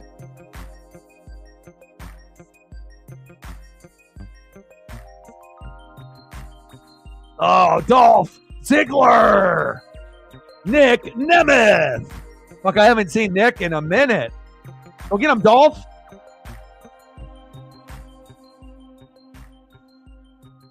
I always loved Dolph Ziggler, and I thought that he was so underappreciated.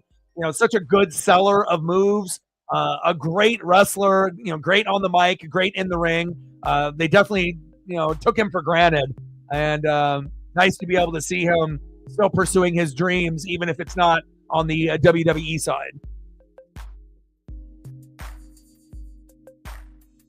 I can't wait to see Joe Hendry as well. Oh, nice double team move there by Nemeth. Love that. Shout out to Odin's son with the hookup. I imagine, Odin, we're going to be using this pretty often for everything. It's going to come down to a point where anything that's on, regardless if it's WWE or not, we're probably going to be watching. And again, if I'm not, you'll send me a message and then I'll turn it on, and I will.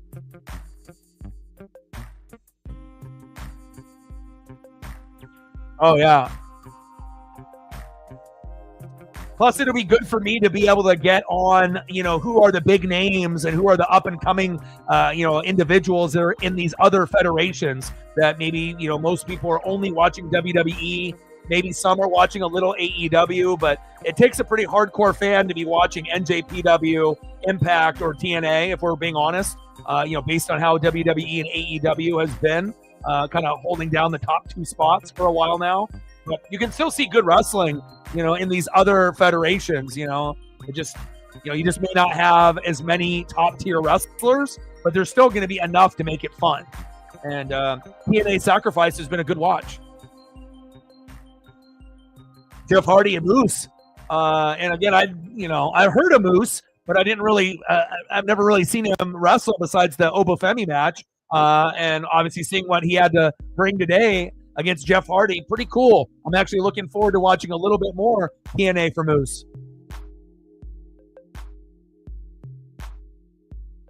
Yeah, we literally were like the only ones that got to watch it live in Barcelona time, and it was damn worth it.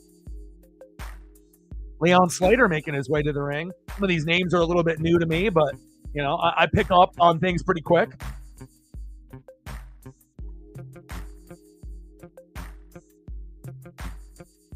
And I don't know if we have any updates based off the weather. Let me look at the Las Vegas weather here. Oh, shit! Whoa! Holy cow.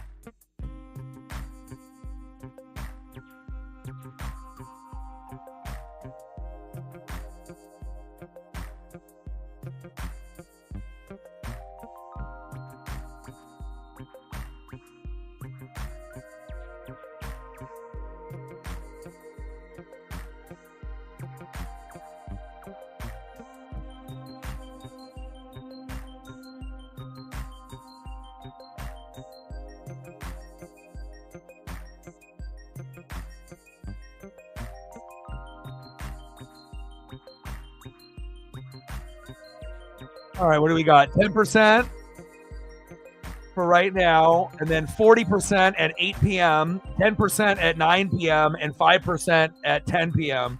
So it looks like when we get to 8 p.m., there's going to be a little bit. 40% of Vegas is going to have rain, but I don't know where, based off the track, if that's going to affect it. So, yeah, I'm seeing it now. The trucks are back on the track now. But again, we may have another delay. But again, if we can get as many laps in before that next rain hits, will be beneficial. So, all right, let me get the volume back on the trucks here too.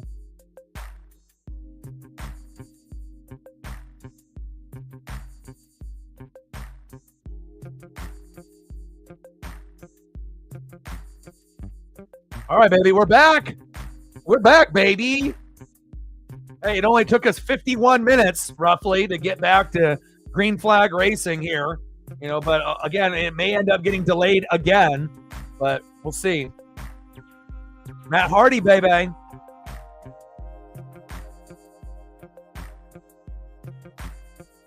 We got the Kraken and the Utah Hockey Club. We got TNA. Sacrifice pay-per-view. Frankie Muniz, currently 28th, started 27th. Morgan and Muniz. Let's go, Frankie. Let's go, baby. Let's get this fucking shit back going, man. But even with the rain, this won't be the last truck race that I do, because, again, I do really love racing. It's in my blood, man. Like, again, I love football. I love wrestling. Those are going to always be, NFL, college football, the WWE, AEW, ECW, WCW, WWF. All that is always going to be at the top. But I do have a lot of love for racing, baseball, and baseball season just right around the corner as well. Obviously, I would say, basketball and hockey are kind of on the back burner, but I still enjoy them, for like filler content here and there, but this rain will not, get me down. We'll still finish this race, and we'll definitely do another one for sure.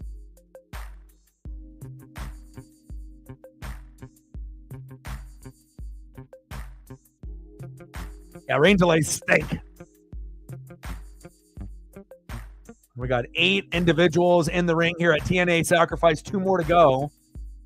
We're, 36 laps in. Rhodes up front, Ankrum, Haley, Day, Friesen in your top 5, Majeski, Linehouse, Caruth, Raja. Let's go, baby. Hendrick Motorsports, let's go. Kind of the equivalent of a Kyle Larson based on the Hendrick truck, type of graphic that Kyle Larson drives on the Cup Series. And then you got Chandler Smith and Dawson Sutton in 10th with Bailey Curry there on the outside looking in. Where is Hemrick? All right, I'm always Napa, no how. And he's 14th. And obviously on the back end is Frankie Muniz, but hopefully Frankie can move his way up the field.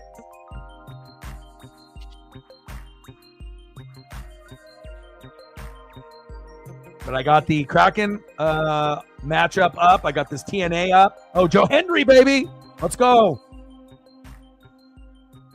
And hopefully we won't have any rain or the Xfinity race that I'll be watching in entirety tomorrow, as well as a NASCAR Cup Series. So tomorrow's stream will either be Mariners or Xfinity Series. And then on Sunday, we will be doing Cup Series. So it would be a first on the channel if we do trucks, Xfinity, and Cup. But again, I do watch all 3 races from beginning to end. So if I'm already going to be watching, why not, grind it out and do a stream, as long as we don't have crazy rain delay like we did on the Daytona 500 when that stream lasted 8 fucking plus hours. I can't do that every week. That's a little much. But again, from time to time, there is going to be rain. And again, we only have 134 laps in the trucks, which I like as well. You're not getting 250 or 500. I love the aerodynamics of the trucks compared to the Xfinity Series. And again, you're going to get some bumping. You're going to get some side drafting. You're going to get some wrecks. You're going to end up, getting some action. But we'll just, see if we can get this to go green flag first. And here we go, baby. 38 laps in. Boogity, boogity, boogity, boogity. Let's go racing, boys. Finally. Hendry, baby. Ooh, low blow to Hendry. Let's go. Finally, after a 1-hour delay, we are green flag racing, baby. And hopefully we don't have a caution within the first 5 laps. But the track looks dry, and we'll see here a nice pass by Ingram from Rhodes right out of the gates. What a good start off the caution. And 3 wide. Oh, what a move. Ingram, Rhodes, Day, Majeski, Smith battling it out, and Caruth is in 6th. But I got to be able to get my guy Hemrick up there in the top 10. Napa, no how. And we got to get Frankie Muniz, down from the bottom, and hopefully we can get him into the top 10 before the race is up. But the only way that's going to happen is if a big wreck eliminates 5 to 10 trucks, and then he can progressively move his way up the field.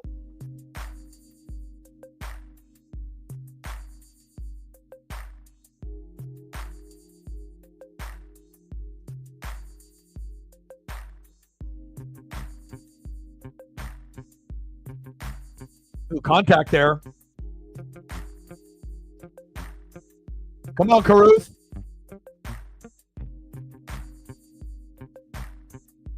"41 laps in, and that's always a great sign when we can end up getting green flag racing. Let's go.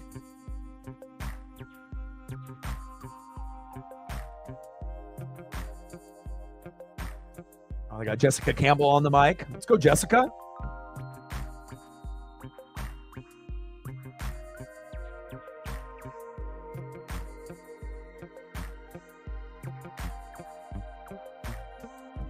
Ankrum, Rhodes, Smith, Friesen, and Day, Haley, Garcia, Caruth. Let's go, Raja, Majeski, and Gray. Hemrick in 11th. Let's go, baby. Napa, no how. I've been waiting for him to get close, and he's all the way up to 11th. Let's go. And always, on the thumbs for the NASCAR trucks, it'll be, pretty much the same 3 guys. It'll be Hemrick, it'll be Caruth, and obviously I got to put Frankie Muniz up there. Malcolm in the middle. How can I not? Love his passion.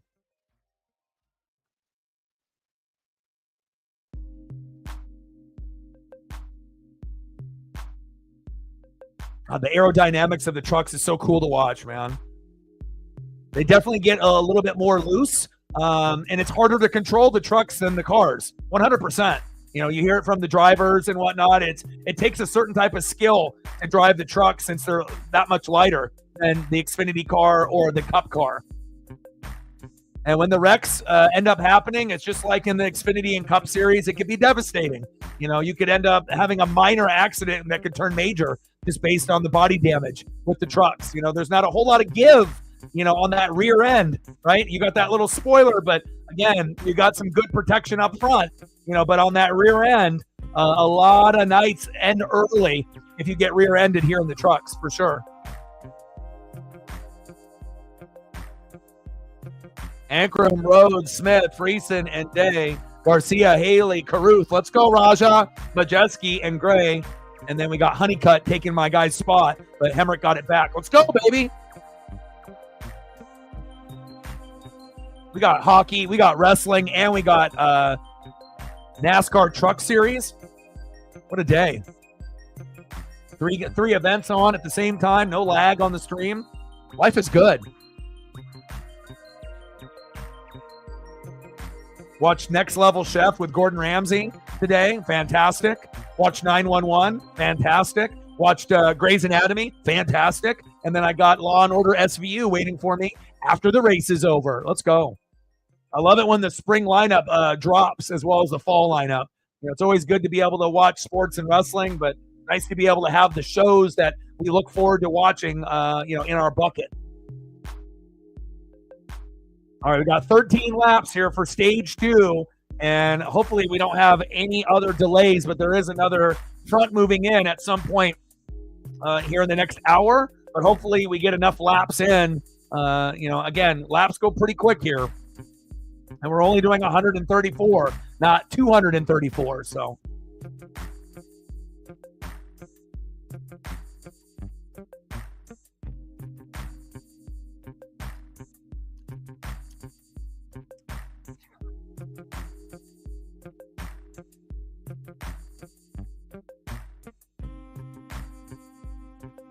Yeah, I like the camera angles in F1 that I tuned in to, earlier in the morning, which I guess was practice. But, again, the speed, the aerodynamics, the sound, the crowd, but the in-car cameras are much better than NASCAR. The F1 has it, down pat. There's not like a roll cage that's in the way. It's not in a weird spot. It's perfect. And it definitely gives you the feeling of being in the F1 vehicle. And again, I only ended up watching, for about 5 or 10 minutes, but I enjoyed what I watched. Didn't really get into the whole thing, but, again, I wanted to tune in for the two of you. And again, I'll probably tune in a little bit, progressively, this season. Come on, Frankie, get yourself out of fucking 29th.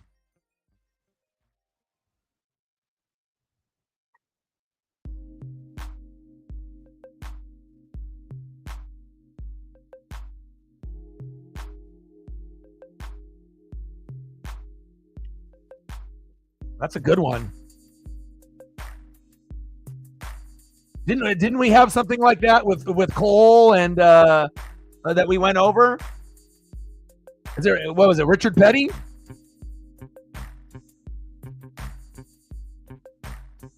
I mean, anyone that can win more than 10 races in a season is fucking insane.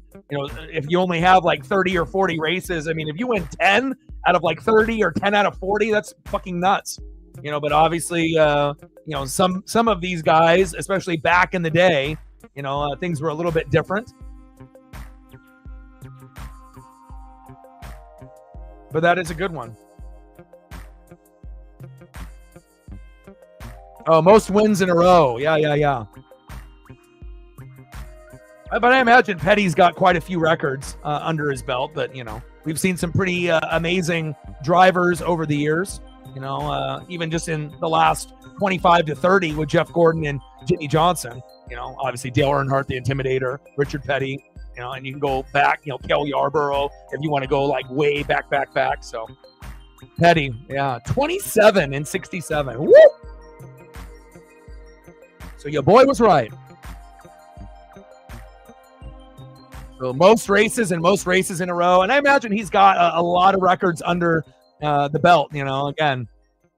And most of the records, Jimmy, Jeff, Dale, Petty, they're going to have quite a few just based off those four guys alone.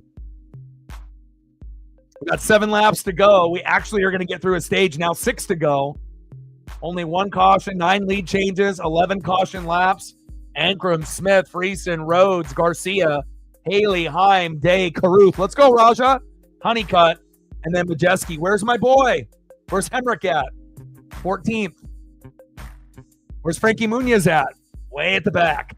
Hasn't been able to get. And it's a lot harder to get yourself to the front, in the trucks, depending on the track.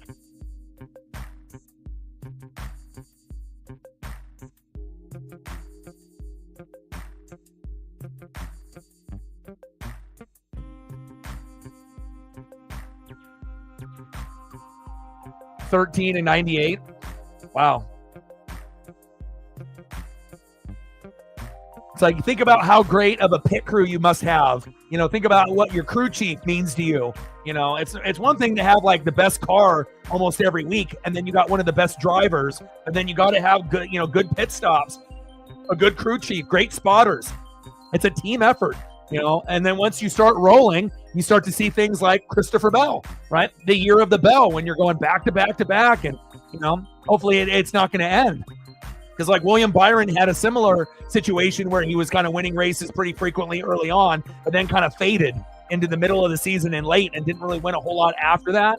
But I like what I'm seeing from Christopher Bell, and this could be the year that instead of just being like a driver, maybe he can start putting his name with some of the upper echelon guys.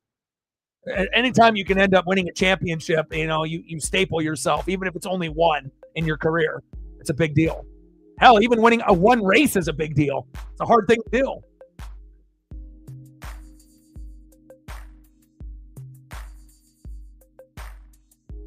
Yeah, I mean, it's impossible you would think, to win the cup if you won 13. But again, what we had, Larson end up winning, like double-digit races. And it's crazy, like with this new playoff system, you could end up being a guy that could win 5 to 10 races, and you might not even be in the final 4, which doesn't make any goddamn sense. I get it. It's based off points, and wins definitely mean something, but it's kind of janky, when you end up having a playoff system where you have a guy that wins 5 to 10 races out of 30 to 40 overall, and he's not even involved at the end. Like, how does that make sense?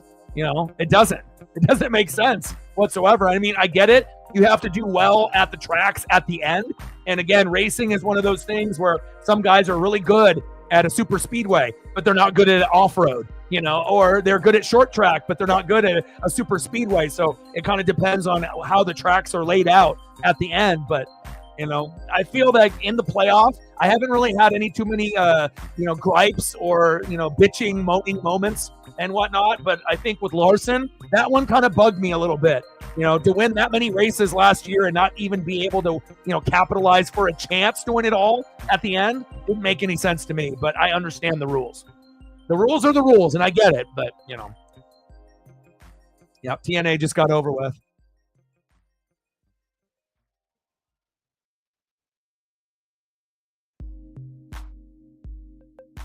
All right, so I can move the Kraken one here underneath.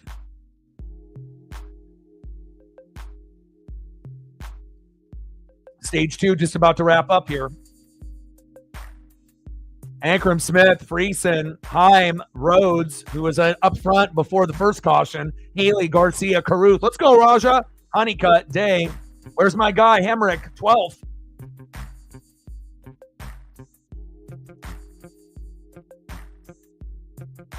Stay safe.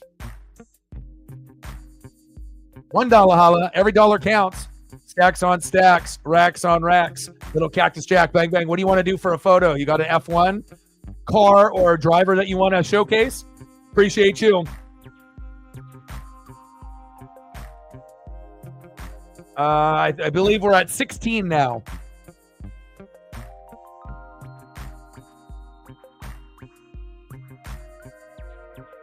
But I'm glad the rain didn't hold us back, and now we're on stage 3. So we're almost halfway. And again, in green flag racing with only 134 laps, if we didn't have that rain delay, we might be already over with. Like the race would be almost over at this point, like 2 hours and 30 minutes. So, we definitely have to, make up, for that time that was obviously lost with the rain. But again, there's another front moving in this hour. I looked it up, on the weather.com for Las Vegas here at the race between 8 and 9 p.m. Pacific, which is what it is now. 40% or 50% of Las Vegas, maybe not over the track, but close, is going to have some type of front coming through. Hopefully it passes the track and other areas of Vegas get hit, like the neighborhoods, just regular rain. And then we can end up finishing this race up in, maybe 40, 50 minutes, an hour. Goes pretty quick, 62 laps in. And then we're about to get into the second period of the Utah Hockey Club and the Seattle Kraken. 9 shots on goal to 6. And hopefully the Kraken can end up getting the dub here as well. Oh, yeah, and I did see Lewis Hamilton this morning, and I saw his dad, obviously rocking the Ferrari, gear and whatnot. So since you brought that up, that was one part of the show that they had the camera focused on him and whatnot that I remember.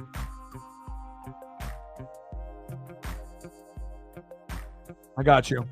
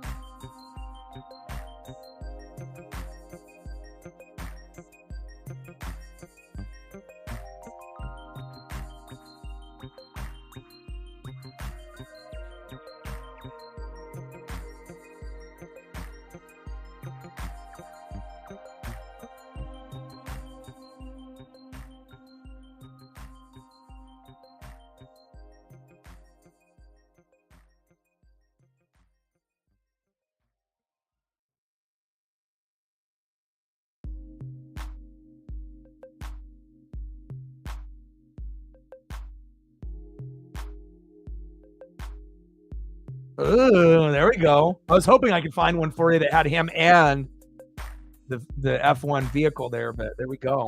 So I can get at least one more here for you. Some of them aren't converting, but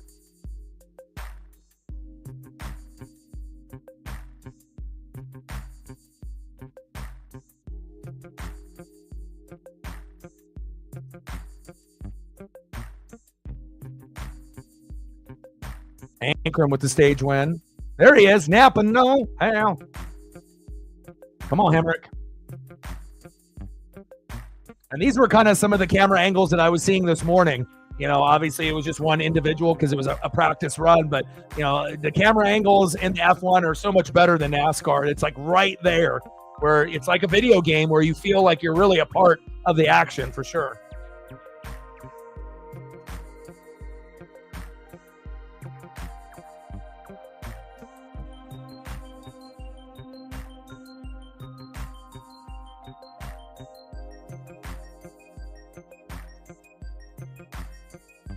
Okay, we got trucks hitting the pits. And we're in the second period here, 1-1, Utah Hockey Club and the Kraken. Let's go.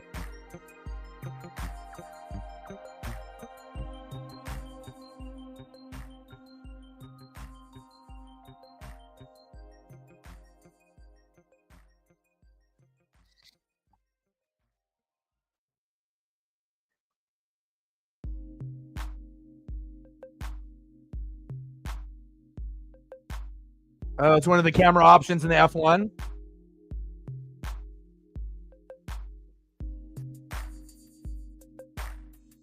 Let's go.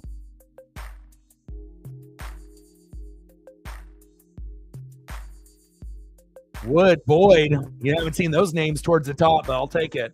And again, for anyone that is, unfamiliar with the trucks and the Xfinity and the Cup Series, if you end up hanging out for a couple streams, and you actually are watching the race as we are watching the race together, it won't take very long for people to start picking up the names of certain individuals and, and kind of getting better at what's going on, which I will also do for myself at some point for Indy car racing and F1. I feel like I got a good grasp on a little bit of everything, but those two things, I haven't really got, going with those at this point, but, at some point or another, again, never say never.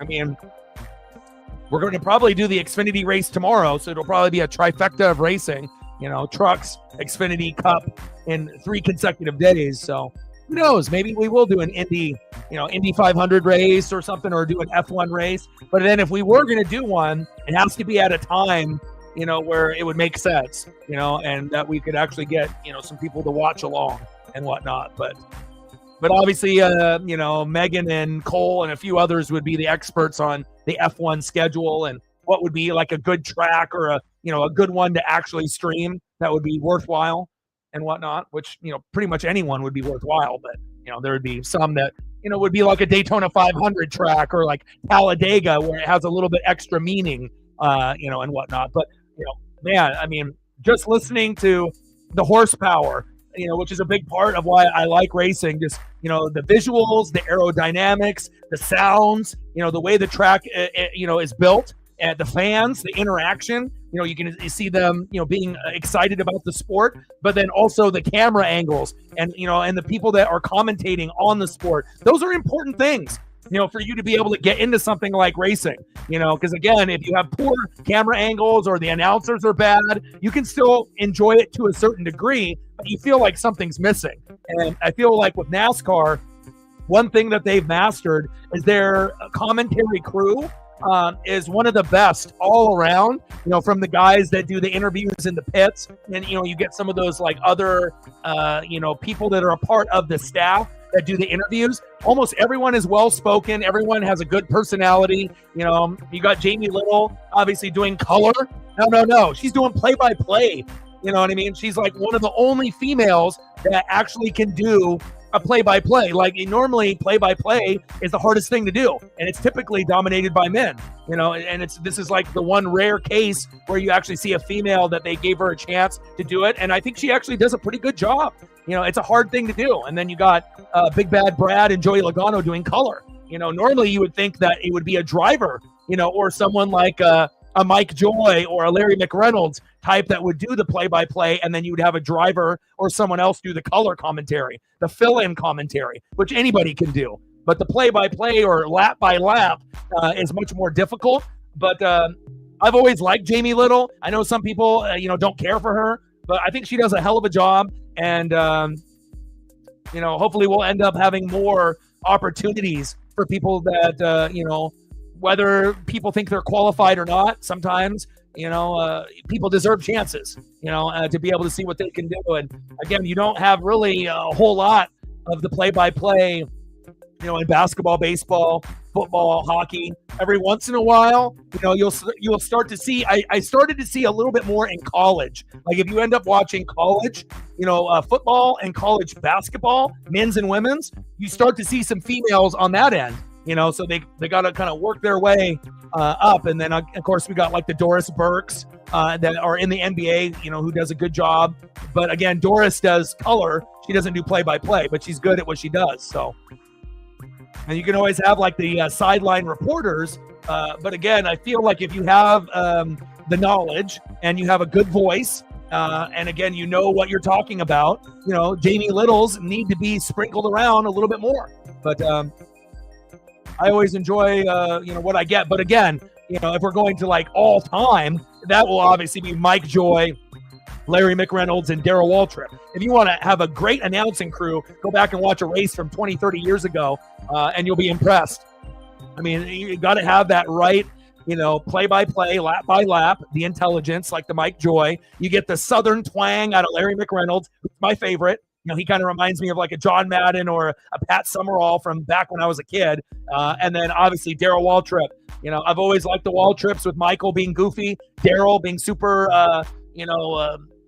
I want to say confident in his abilities and fun in the broadcast. Like, again, you got guys like Clint Boyer, boring, Harvick, Jamie McMurray, give me Dale Jr., and Dale Jr. is likable, and I think he relates more with the fans. But some of the drivers are just drivers, And again, you got Big Bad Brad and Joey Logano here with Jamie Little, and it's a kind of a a decent pairing because Joey's incredibly intelligent, champion, Hall of Famer. You got Big Bad Brad, who gives you kind of the Michael Waltrip. He'll give you some goofy stuff here and there, but also incredibly smart. And then you got Jamie Little, obviously doing the lap by lap. So I feel like this crew is better than the NASCAR Cup. Again, if they had Larry McReynolds talk a little bit more, then maybe I would like the Cup a little bit more. But like with Harvick and Clint Boyer and Jamie McMurray, pass. They're okay. But it's not the best that they could have. Facts.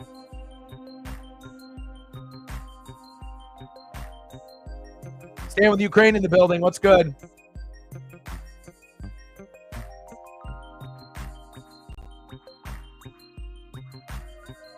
Yeah, and I think Harvick is incredibly intelligent, and Harvick is much better than Boyer and Jamie McMurray.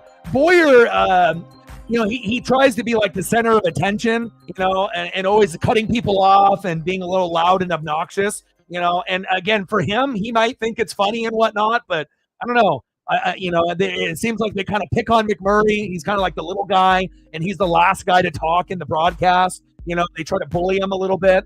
Harvick, not so much intentionally, but Boyer kind of does. I mean, you can read body language, when you're watching the show. You can tell if people kind of get along or if this is just a job. Not everyone that works together is friends, right? So, but I definitely think that they could do a better job with, the announcing on the Cup Series. But again, once it switches from Fox to NBC, then obviously we're going to end up getting a different crew. And then once you get the Dale Jr. crew, I feel that one will be a little bit better.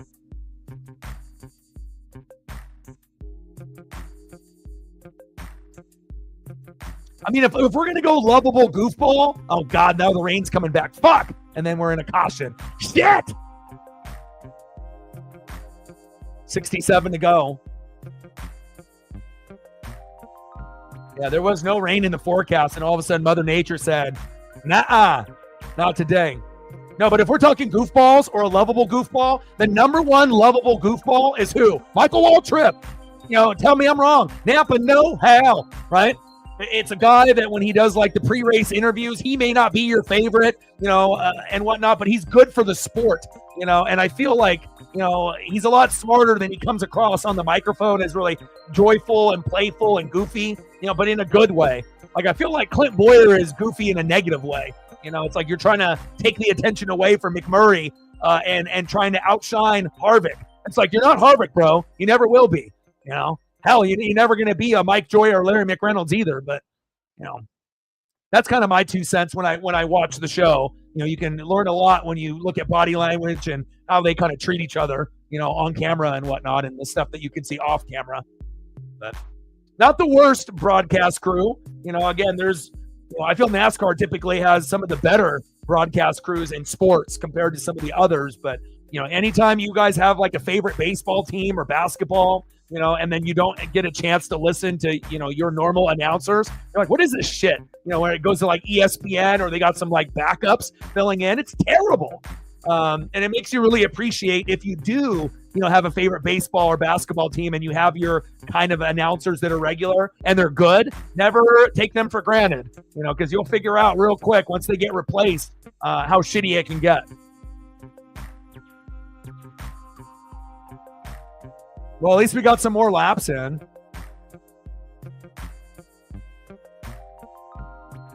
Hopefully this delay isn't as long. We're still knotted up at 1. Holy fuck. What did you send me here, Odin? Oh, shit, these are the people. In the JCW. Oh, shit, okay. Violent J, Shaggy 2 Dope, Madman Pondo, Rude Boy, Ed Grimes, Vampiro, New Jack, Big Mondo, Ruckus, Sandman, Sanjay Dutt, Masshorn Dog, El Drunko. El Drunko? Oh, Messiah, Supreme, John Zandig, Luke Headley, Joe Peterson, Tylene Buck, Ryuji Ito, my cousin, Kelvin Finn, Andrew WK, Tara Patrick, Sunrise Adams, Adrian Payne.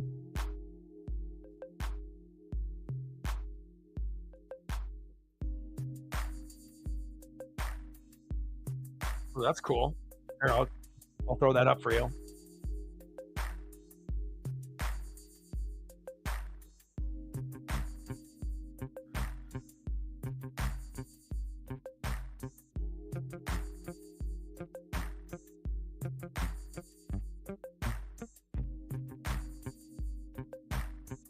All right, give me some information on this photo that you just sent me. What's going on with this?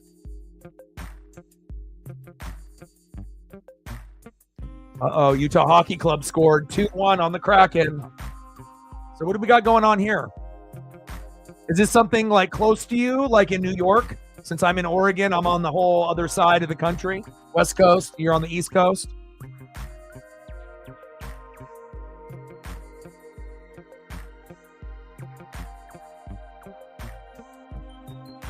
Oh, yeah. I mean, yeah, Skip Carey, Harry Carey, obviously doing the Cubs, Vin Scully for the Dodgers, Dave Niehaus for the Mariners. Like, a lot of the best announcers are grandpas, because they have the stories to tell and they have very smooth voices, great tonality, and again, if you're on YouTube or Twitch, again, you can tell the streamers that have nice, pleasant voices. It's soothing. It makes you want to listen. It makes you get engaged. And there's others that, just have terrible voices, but they want to be able to do the streaming thing. Not every person on the microphone is created equal. That is facts. Just like wrestlers. Anybody can wrestle. Anybody can talk on the mic, right? But to be able to be great at it, very far and few between. But, luckily for me, I was blessed with, great parents, amazing genetics, on that side. And then also being in phone sales, for half of my life. So in cutthroat companies that, like, if you don't hit the goal in a week, you're fired. So it's like, think about the pressure that you have to have on yourself. And, at any given moment being fired, but having to be able to make the big sales for the, big companies and whatnot. And again, sales is definitely not for everyone, face to face or over the phone.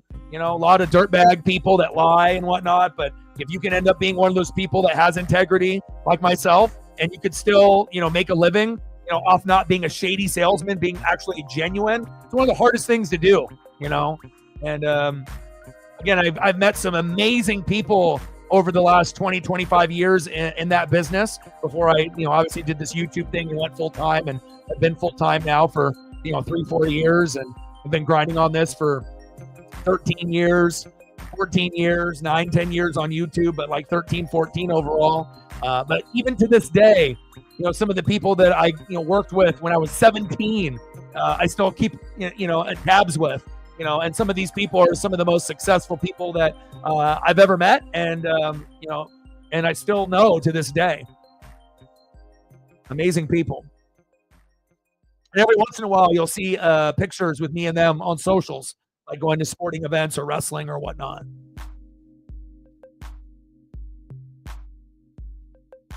Utah up 2-1 on the Kraken.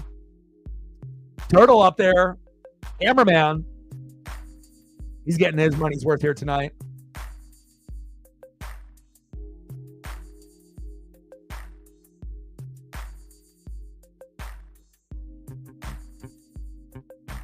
Oh, Albany, Saratoga Speedway. See, that's one thing that I'm a little jealous for you that live in New York. Like I'm West Coast all day. Like I was born and bred here. I probably will never leave the West Coast. Like this will probably be where I live, and this is where I'm going to be.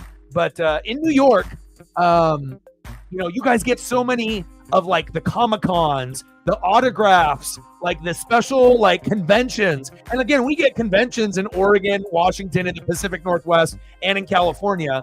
But it feels like New York just being kind of like the Mecca. You guys get like so many extra ones that we don't even get. Like you guys get wrestlers, athletes, singers, and like all these people, like, performers and whatnot. Like you get like the most famous people to be able to like meet and greet, autograph, collectibles. Like I wish I had more shit like that. And again, we don't really have a whole lot of tracks. We have PIR. They did an Xfinity race here. I've never have gone, but maybe I should one of these days because I do love racing and whatnot. But closest thing that we got is what Vegas race here from Oregon to me, or maybe one there in California, like a little road track. But 65 to go, and that rain delay that I told you that was coming within this hour, I told y'all that shit hit.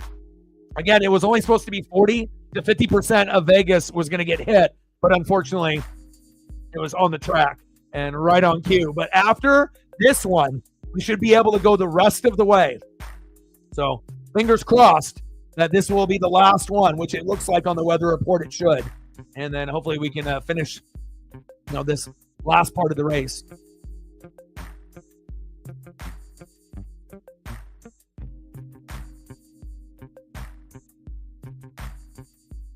Yeah, dirt track is cool.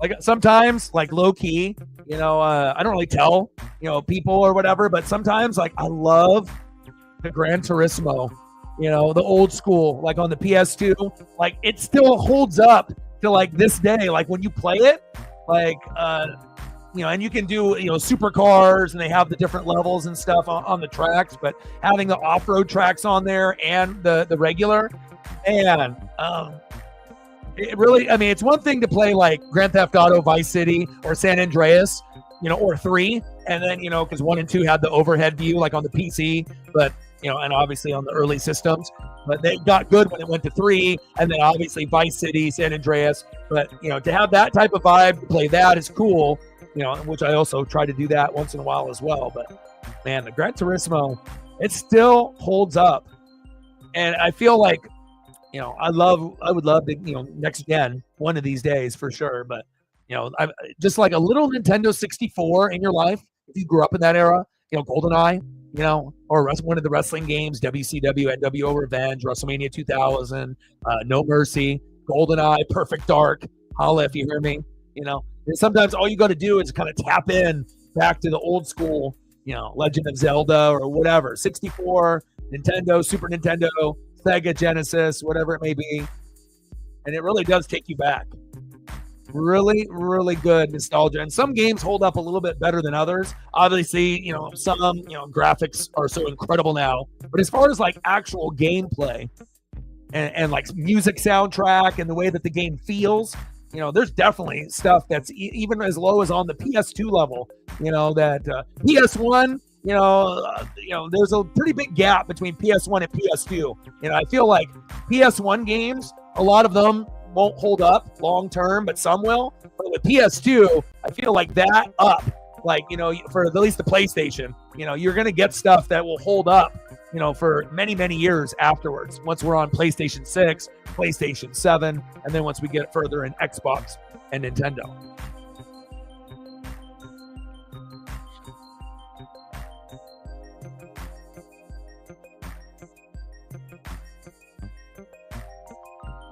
Oh, look at you.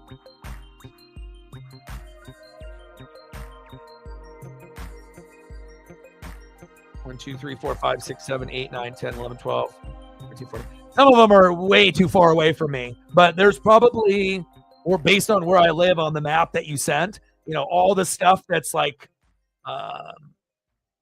near Sunset Speedway, like all of those markers, obviously we have PIR and whatnot, and there might be some smaller ones in there, but yeah, I've never even heard of Willamette Speedway.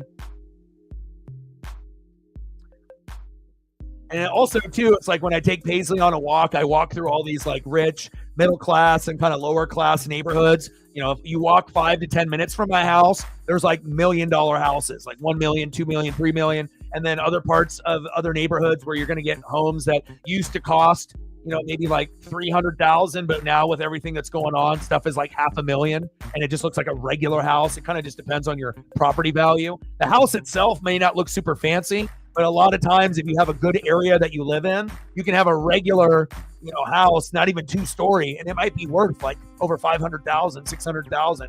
Crazy how things end up. But to be able to walk in these neighborhoods, I actually walk past one of my old friends, their family, mom and dad, still live there. There's like 2 of my friends that I grew up with. Their parents still live in the OG neighborhood. Pretty much all the other friends and their families and mom and dads and them, they left. But this one house that I pass kind of towards in the middle of my walk every day, at least once, they have a 55 Chevy that's fully, maintained. And it was like, my friend's dad's car when he was like, back when he was young, and he's had it in his collection that whole time until now. And, it was a guy that, they did like the whole Hot Wheels thing. And it was the buddy that, because my dad really wasn't the collecting influence on me. It was like this guy and his dad. They had the Hot Wheels, they had the starting lineups. He had more sports cards than me, and he had shit that was worth more than mine. So it's like, here I am with cards that are worth like 1, 5, and 10, and he's over here with like, a big old, case of stuff that's worth 10, 20, 50, 100. And it was like, this is when we were pretty young, when we were, 7 to, 15 years old and whatnot. But I ended up talking to the dad a couple days ago, I was like, your hot rod looks good.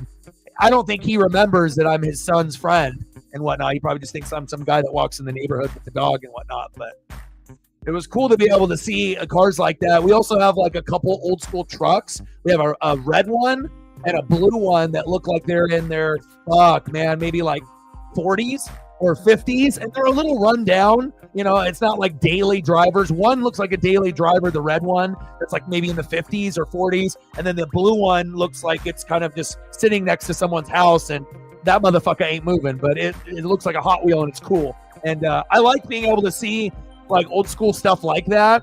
Like you can still like the Hondas and the Acuras and have the whole Fast and the Furious vibe, which I did when I was younger, with the, Gretty turbo and the intakes and the exhaust and all the aftermarket parts and all that. But I feel like with old school American muscle, it's like you start to see it a little bit less and less and less. And it's like, if you didn't have it, what about dad or grandpa, or at least, and like, I feel like it's one of those things. It's like, you're starting to see it a little bit less, and it makes me a little sad. So anytime I end up seeing something special, whether it's in someone's garage or, on the side of the road. It always kind of brings a kind of a smile to my face of those old school, times when things were so much simpler when we were younger.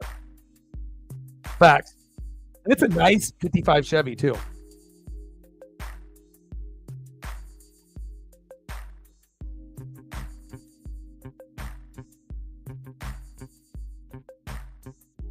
Oh, and I also, maybe just my love of the trucks, there is something called the Jeep Sport Truck.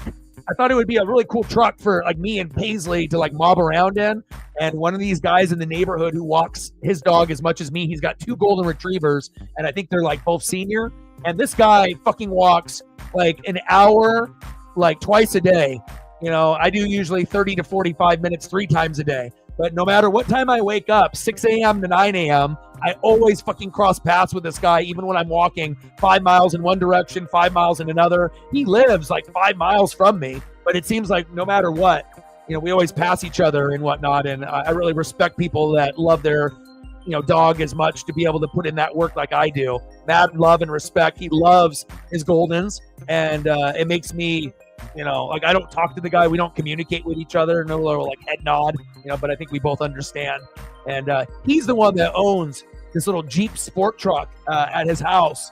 And it's a cool looking little truck. It looks like just a little like Chevy S10, nothing crazy, no gas guzzler, nothing with big ass rims, just kind of like a daily driver. But I've never seen one of those before. Didn't even know Jeep ended up making like kind of like a little sport truck, just a very small truck, 2 people, maybe a small person in the middle could maybe fit, maybe, or a dog, and then, obviously no top, for the, obviously the back end. And then just kind of a simple, normal, basic, truck and whatnot. I need one of them.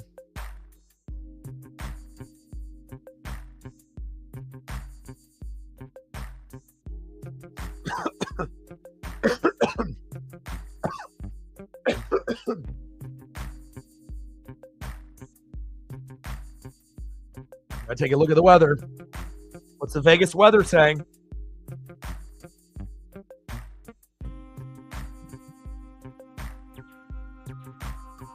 Leaderboard. The leaderboard. I got to get 1 through 11 on here.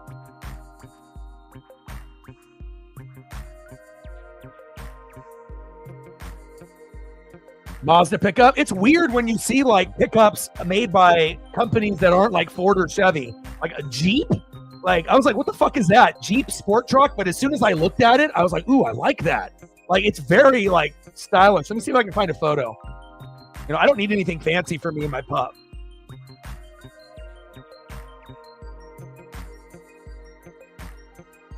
It was gray too.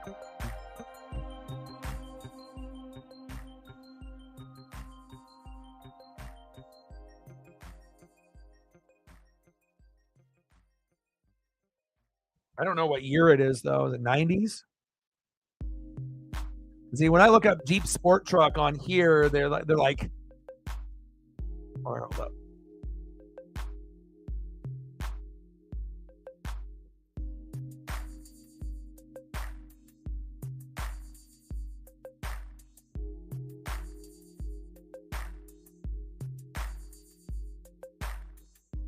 I'm looking.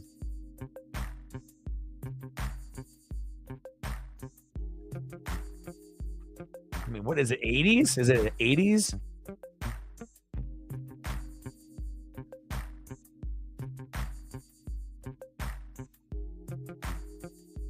I mean, unless it's this Comanche version. I don't know if it is, though.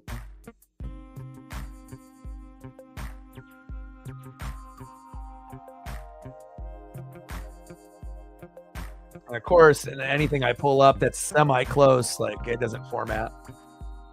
Reflect in the building. We are doing NASCAR Truck Series, and of course, we have rain. This is the first time for everything. Cooper Kupp to the Hawks. He's a little, getting up there in age and has been less productive every year in the last 4 years, but at least it fills some hole, with MVS and Cooper Kupp and Sam Darnold. instead of Gino, DK, and Lockett. But there will be a day where fans are going to be screaming, fuck, I wish we had what we had. But there will be games where, these new pieces will fit in well. Hope that you are doing good. And we got the Utah Hockey Club up 2-1. We're just waiting for this rain to pass. And unfortunately, I tried doing the goddamn Mariners yesterday, and the game got rained out 10 minutes before, and they postponed it, and then they canceled it. It took me an hour and a half to prep to find all of the fucking names of the Diamondback players that were playing in that particular spring training game, because some of those guys aren't regular players, right? So I have to find HD 4K photos. I got to type in number 1, their name, first and last, their position, first base. And then I got to do that with all the guys. Then I got to do it with all our guys. I got to get all that shit, and I got to make a thumbnail, right? And then all of a sudden, too much rain on the field. I was pissed. We had a good lineup, and obviously they did their futures kind of all-star game, today. Durangelo pitched left-handed and right-handed in the same inning. I don't know if you got a chance to watch any of that on MLB.com. And then we lost today, and I was going to do the game today at 1, but then the links disappeared. So I was like, well, fucking A. I guess we got to pivot, and, it was either, do this or do the Kraken or do some NBA game that I don't really want to do. So I figured we would keep up with the Kraken. And, we ended up having a rain delay, after maybe, 45 minutes of racing for about 45 minutes. And then, so as you can see at the top of the graph, we went green, then we went yellow with the rain, right? Then we went green again, and then now yellow with the rain. So hopefully we can finish the race and have a successful finish, but happy to see you in the building.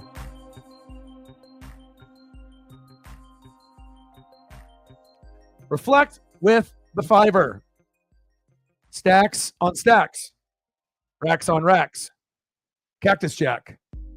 Bang, bang. Bring in the electricity, just like Frankie Muniz on Malcolm in the Middle. There you are. You're in the back, but hopefully you'll make it to the front. If I put you on the thumbnail, that means I kind of like you.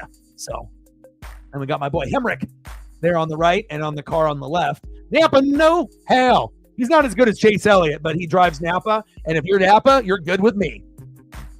Napa, no how. What you know about Napa, no how? Napa, no how. Good. I know you're getting your exercises in as much as you can. Has the rain hit you up there in Washington? I think we have about a week straight of rain coming in. So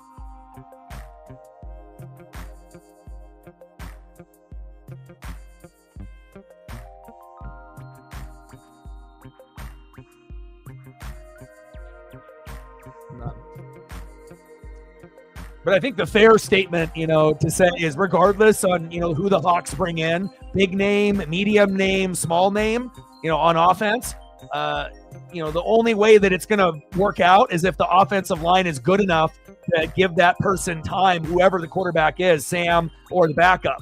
You have to give them time to open up the lanes for Kenneth Walker III in the running back room, and then you got to be able to block long enough without holding and causing penalties to be able to actually get the ball to Cooper Kupp and MVS and anybody else that's catching passes to actually make a significant, effort to be able to put points on the board. Because there's going to be games where, they're going to get exposed, right? There's going to be games that they're going to look good and they're going to end up, winning games. Maybe they, aren't favored to win. They end up being the team that's the underdog and they win. But there'll also be games where they should win, they'll lose. And obviously the criticism will come out, but you got to just make sure that you understand if you're going to point the finger at Gino and he still played good even when the line was bad.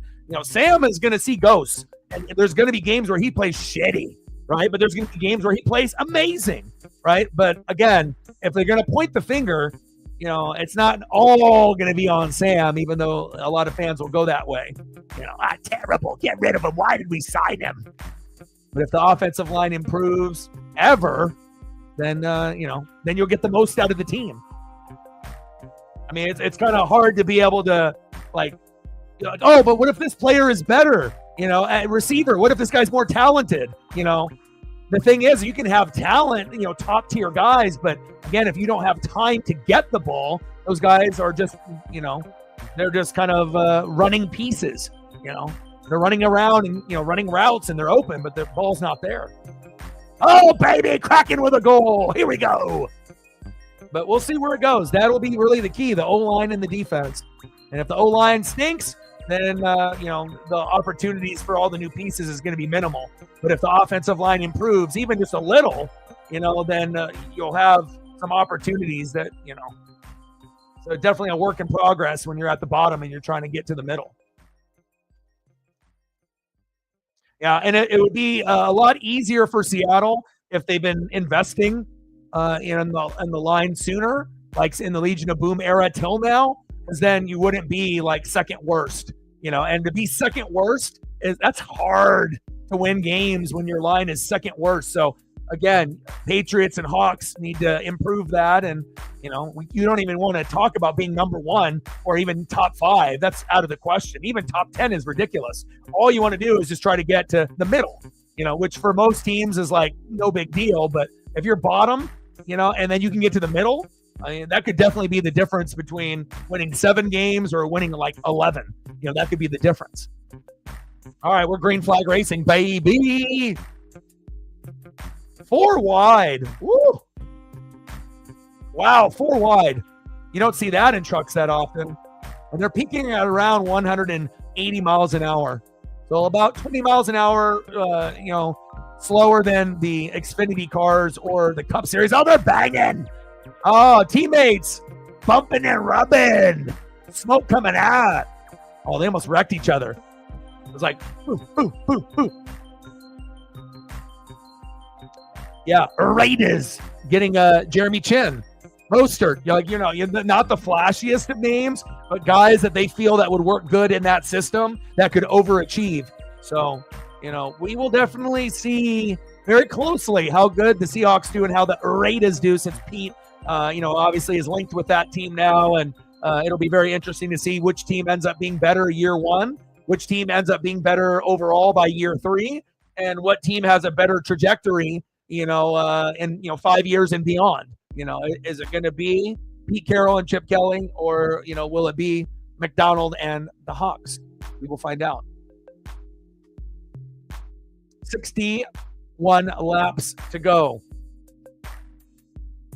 We'll probably be done here in about 45 minutes.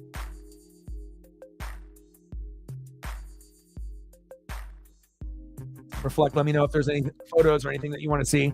Friesen, Heim, Smith, Haley, Enfinger, Garcia, Riggs, Majeski, Malsack, Honeycutt, and my guy, Napa, no, hell, 11th. Let's go. Get in the top 10, baby.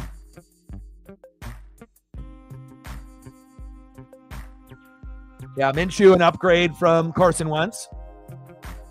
Any Chiefs fan understands at this point in their dynasty, offensive line and defense are going to be very, very important. And you're going to need to try to find, another wide receiver for depth at some point. And you're going to need another tight end to fill in for Kelsey. Because, again, if you wait too long, you don't want the door to close completely. And, again, you have a big 5, Mahomes, Kelsey, Andy Reid, Spags, Chris Jones. And once the big 5 blows up and you only have 4 out of the 5 or 3 out of the 5, that's when we're going to see another team finally get past them. Bills, Josh Allen, Lamar, Ravens, Burrow, Bengals. But again, if the defenses aren't good enough, then they won't. And that's been the problem. Those defenses get better, then the gap closes. And the gap, obviously, in the AFC is getting pretty fucking close. 57 to go. But I do like the Raiders signings. And low-key, I like what the Broncos did. The Broncos picked up Evan Ingram, top 10 tight end, right? You've seen what he could do in Jacksonville. A guy's pretty reliable. Bo Nix has a check down guy. They needed a tight end. Boom, you got a top 10 one, right? And then you end up getting Talanoa Hufanga, right? Andre Greenlaw, psychopath, both from the Niners. two of the top 4 players with Bosa and Warner. Like, that's good. Like, Broncos defense was already elite with Minnesota's. Then you add those 2 guys, and those 2 guys stay fucking healthy. That could be the best defense in the NFL next year. And then you got, a nice piece for Bo. Okay, Sean Payton Broncos, I see you. Like, that division is getting sexy right now. Like, you got the Chiefs, but they're at the top, but it's getting close now. Now you got the Chargers and the Raiders and the Broncos. Everyone's getting a little bit closer, and you got all that talent at coach in the division. We already know Andy Reid is by far the best coach, and he has been, right? He is number 1. But as far as the others that are there, Sean Payton, Tim Harbaugh, Pete Carroll, it's going to be exciting. I definitely am going to go out of my way to watch everything in that division next season and beyond.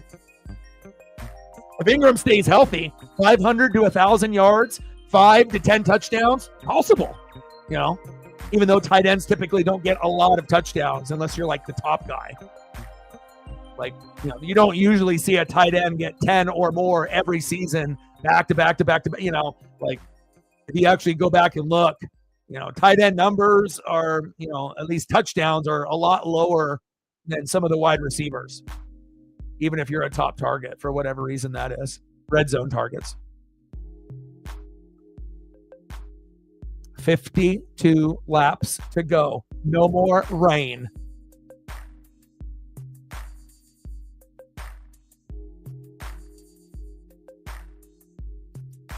Yeah, but the thing is that if you bring in the right mentors, and you can have a lot of holes and the team could suck, Raiders, right? But you bring in Pete Carroll, Chip Kelly, just won a natty with Ohio State. You're bringing in, smart pieces, trying to, figure out the dollars and the fit. And again, if the Raiders end up getting Ashton Genty, guess what? The Raiders could go 10-7 year 1. Even with issues on the line and primarily the defense, you just have to be able to kind of see what direction certain teams go. And if the Raiders get Ashton Genty, Genty could be special. I'm just saying. My Espen's pretty strong most of the time, like I'll say something or I'll have a dream and then something is relayed to me from the sports gods. I say it to you. Boom shakalaka, Raiders. In the 2025 draft, the Raiders draft Boise State running back Ashton Genty. Judah in the building. Celtics, Patriots, Bruins, Red Sox.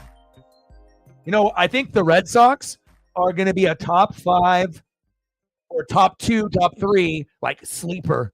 I feel like you guys are going to be sleeper good. Like the A's could also be sleeper good. There's no expectations for the Red Sox or the A's. But if you look at the players that they have, Lawrence Butler, Brent Rooker, Yoshida, everything that you got over there right now. Okay.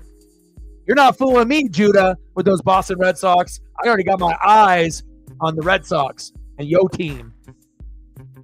You guys have really good matchups against the Mariners, it seems like, no matter if you're good, bad, or terrible. You guys have a way of pushing us around, but hopefully we'll be able to keep up this year. Judah. Yeah, but it wasn't just Jaden Daniels, right? It was Bobby Wagner, right? It was Quinn. It's like you got the right coach, the right rookie quarterback. You had a good supporting cast. You brought in Eckler. You had him over there as well. He made the most out of his receivers and tight end. So bad it hurts. Zach Ertz actually overachieved, ended up being a big part of that team. Offensive line played better than expected. And then the defense played a hell of a lot better down the stretch, December and on. And that's how they were able to do it. But it wasn't just, Jaden Daniels. You have to look. Good teams end up getting great because many things, happen at the same time, and then you capitalize, like the Eagles, right? Getting Saquon, getting Zach Bond, and having him turn out from special teams to Pro Bowl player, drafting 2 corners, and they both pan out. What? Right? and bringing in a new defensive coordinator that they needed, Vic Fangio. So it shows, like, if you are intelligent and you have a good front office and a good owner and GM and you make the right moves, you can have one of the best off seasons in the last 50 years and do what the Eagles did and literally hit on like 5 big things, and then they won it all. Saquon stayed healthy the whole year. Boom shakalaka. So I feel like Seattle should have given Bobby like a lifetime thing there. He's Hall of Fame, and after Seattle let him go the first time, he left, came back and left again. Like, I feel like, you want to be able to honor, your stars and your players. And yeah, it's a business, and sometimes you let guys go, but if there was a guy that should have been a Hawk for life, Bobby Wagner. He has shown that after the Hawks lost faith and, thought that he couldn't do it anymore, he has proven on any team that he plays on that he can still play like a top 5 guy at the position. And that's rare. You don't see that very often. He's a stud. And then, most guys, when they get old, they get worse. With Wagner, for whatever reason, he has this ability to stay on a very, very high competitive level, even as he's aging. He's a very rare breed. Like, I don't even know if I could name another Hawk player that, got better or sustained the greatness even at the end, that Wagner is displaying. When you have players that stay for life, it means more.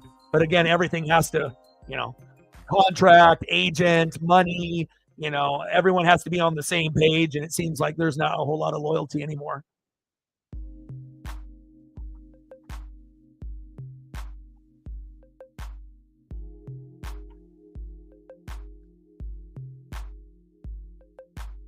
Yeah. Maybe, yeah, I mean, you got to think any of the Hall of Famers. You could always, go back and remember the Cortez Kennedy and any really amazing player. But as far as like a player that that left, I feel like most of the time, you part ways, another player goes, like DK. He was, did what he did for the team, but we'll see how DK does the rest of his career, depending on what team, quarterback, and all that. But Wagner is, I don't think I've ever, because I watch linebackers the closest out of any position because that's my favorite. So I'm always looking at linebackers and safeties, and I mean, he is a very rare breed of player.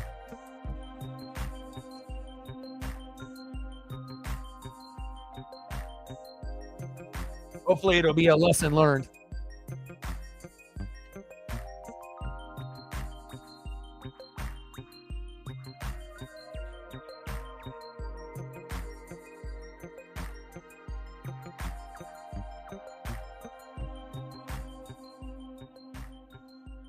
Yeah. You got to have a good perspective. STL in the building. What's good? Because I feel like if you have a good perspective on life and you can look at things in multiple ways, not just one point of view, looking at a different point of view. But again, if the play would have worked, then Carroll would have went down as a genius instead of going the obvious Lynch, and then they catch the touchdown. Then you end up being like put in a whole nother realm.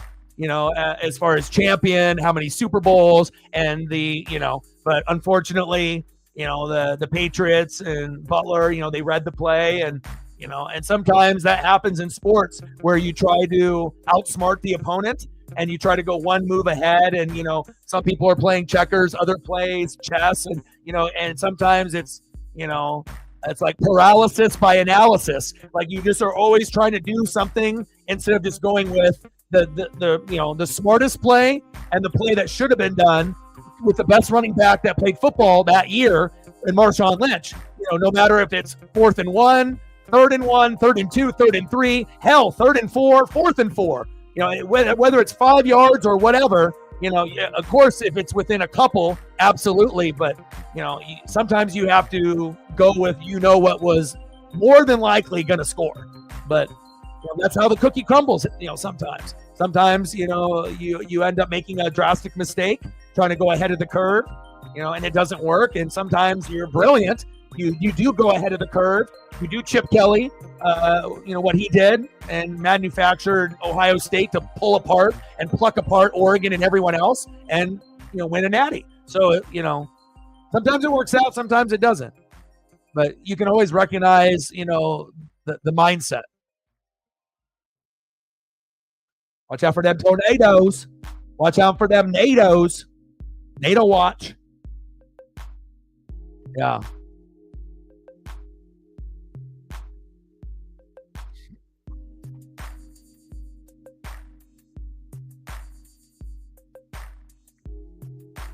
Yeah, but even non-Hawk fans knew, everyone knew you should have handed the ball off to the best player.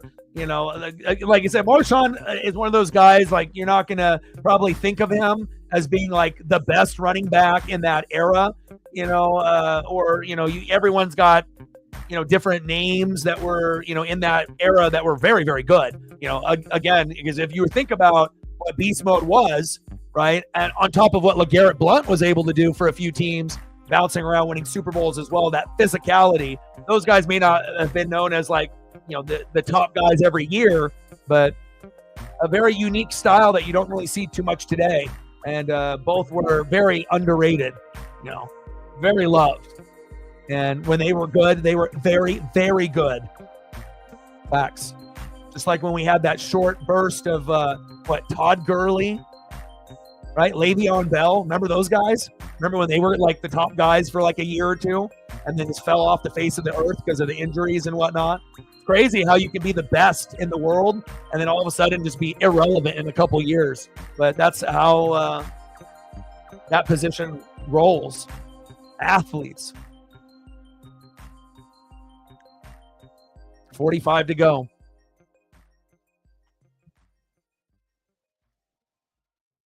And Beast Mode's personality, a little wild and crazy, OG, Oakland, again, out of every player that played back in that era, Marchand is definitely one of the more likable, players. There's going to be probably haters or whatnot, but he's an OG. It's like, keeps it honest, genuine,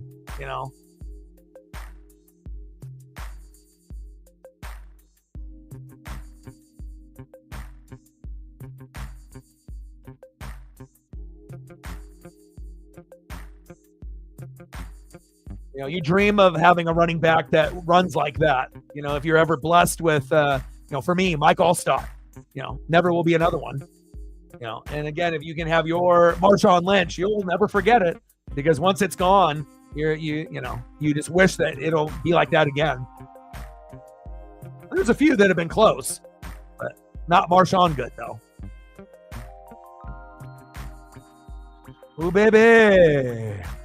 NASCAR Truck Series Las Vegas Ecosave 200. Couple rain delays.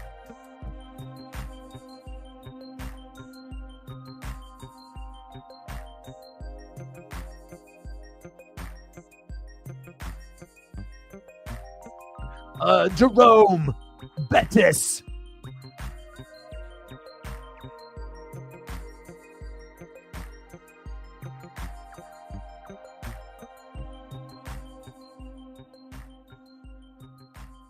Yeah, I remember watching Bettis at Notre Dame.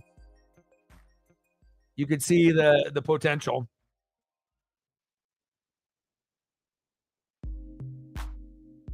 I know, Paisley. Daddy's almost done. We got some contact. Paisley's wanting her dad. We got to finish this race. 43 to go. Heim and Riggs going at it. And again, trucks are fun. There's always, competition. And again, it's like they don't try to wreck each other like purposely. You don't really see that as often in the trucks. But again, sometimes like just the drivability of them, it's a lot harder. So you end up getting kind of wrecks that happen naturally, just with the driver or the vehicle being loose. So I feel like the type of racing that you get in the wrecks are more entertaining. and it just looks cooler on the track. I don't know what it is. Trucks look cooler on the track than cars. I don't know, because it's just rare. It's weird looking. Having like a bunch of little, like Chevy S10s like mobbing around. It's awesome.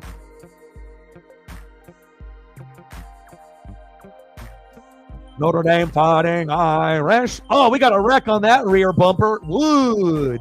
Number 91, that left side, he broke a butt cheek. Jack, 24, Loomis, California. Best Truck Series finish 9th. Not today. That rear end is busted. You got to go to the garage, Mr. Wood. Man, that car got a fucked up truck. Excuse me. That's going to be a hard thing for me to break, too. I'm so used to talking about cars. It's like the one thing that's the opposite. The trucks. 41 to go. And again, they're in the best position right now, Notre Dame, to be able to win a natty or get to another championship, right? Because you got one of the best coaches in college football. This is the best coach you've had since Lou Holtz.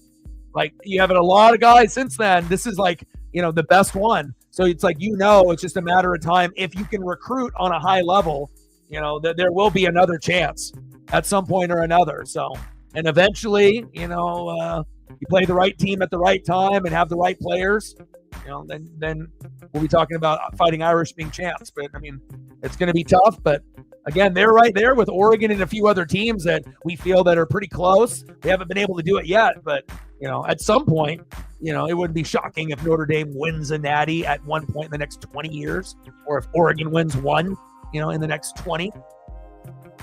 I hope.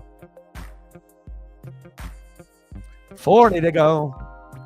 2-2, Utah Hockey Club and the Kraken.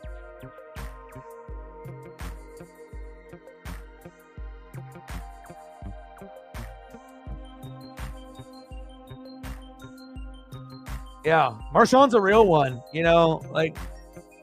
I feel like there's a certain perception of you get some of like the hood players. Like, you get some players that grew up in a little bit better situation than others. Some people had to grow up a little bit harder, rougher neighborhood. Friends and people around you probably not the best people. But I feel like Marchand is one of those, like, I think he scares people, to a certain degree, because he's so wild and crazy at times. But, he always keeps it genuine and real, says it how it is. And then I think, does certain things, and his actions and words, like, speak volumes. Like, certain people, they just talk to talk, but when he says something, like, he follows through with his promises, And to be like there for Pete, like, you think about, all the other players, like, even if they were retired or not retired, like, who would have done the same thing? It says a lot about a person. Beast mode.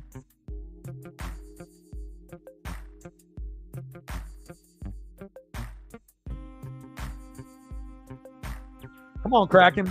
Crack-a-lackin'. Sticks are smacking. 2-2. Got to beat the Utah Hockey Club.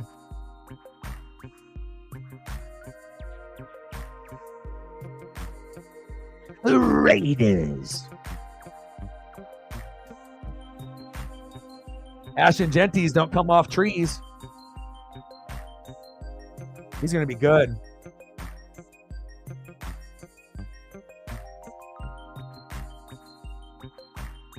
Nascar Craftsman Truck Series.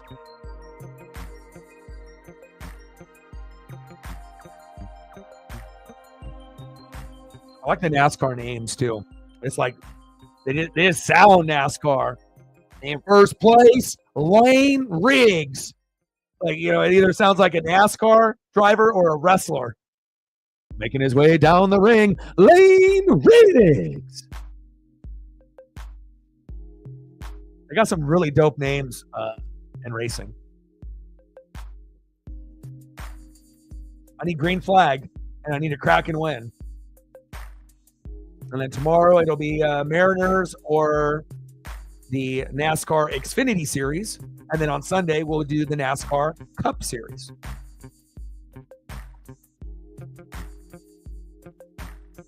Oh, you got a Skittle? Nice. You got to keep that. Don't get tempted now.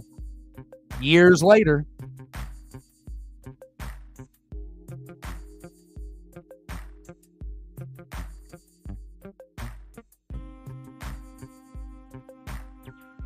Andy Reid. Special.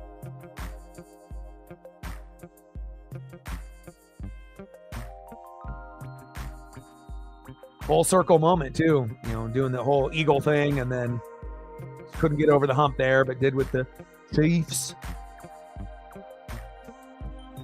I like going and seeing old school stuff, learning something new every day.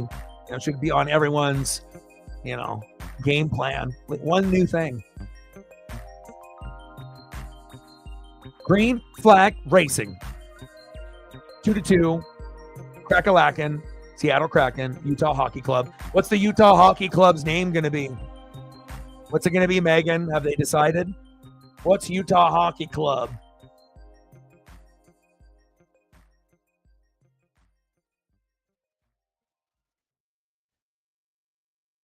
The Utah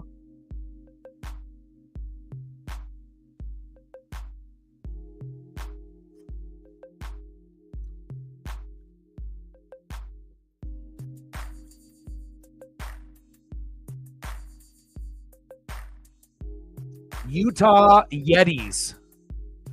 Utah Yetis. Kind of has a kind of a vibe to it, but if that was rejected, I mean, it doesn't really fit, But I don't know. Yetis is kind of a cool thing to say. And obviously, you have like the Utes, the Jazz. I feel like I feel like certain times if you try to go with like a name, you can't necessarily go for something that also has the first letter or close to of the first letter of, sometimes you can go like quite a few letters off and you find something that's better, like Utah Jazz. Like that's smooth. Like, does it make sense for both of those to go together? There's probably other places that you could have had with Jazz, but sounds damn good. Utah. What does Utah have?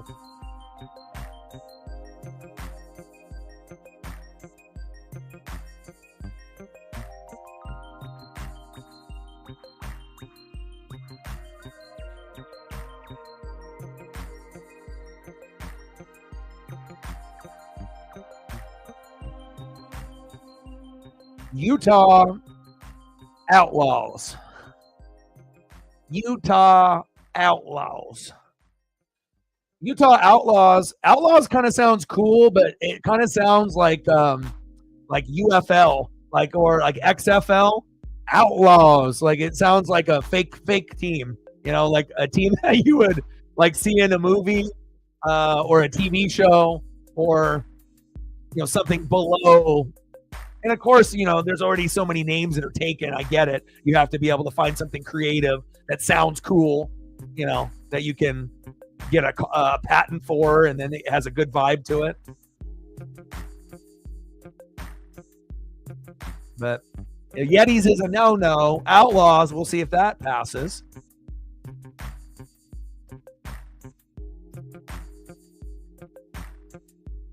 The Utah Outlaws, and they got like a cowboy, but they can't have like the guns in the chaps, right?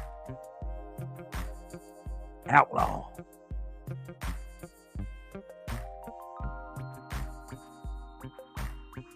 Utah Outlaws. Utah Yetis.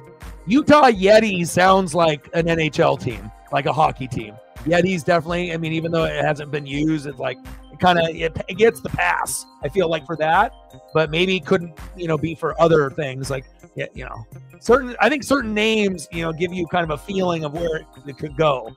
That definitely gives me like an NHL kind of vibe. But Outlaws, that could be many sports. Outlaws could be fucking anything. You could have a cool logo, cool colors, right?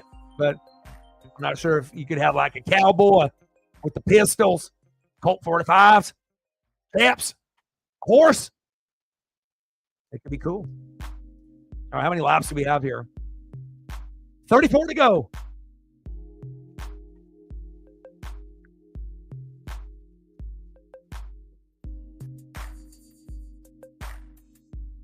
Utah Pistol Whippers. I don't know. I kind of like Outlaws. I mean, Yeti sounds like NHL, but Outlaws could pass. But I mean, I guess you just have to go through all the other combination of cool things or animals and then figure out what would be, what would brand, you different. Oh, chaos has begun. Tell him, Joey.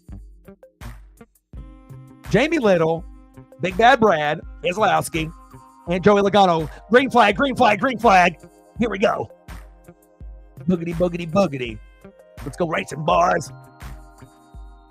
Ooh, look at Riggs on that line.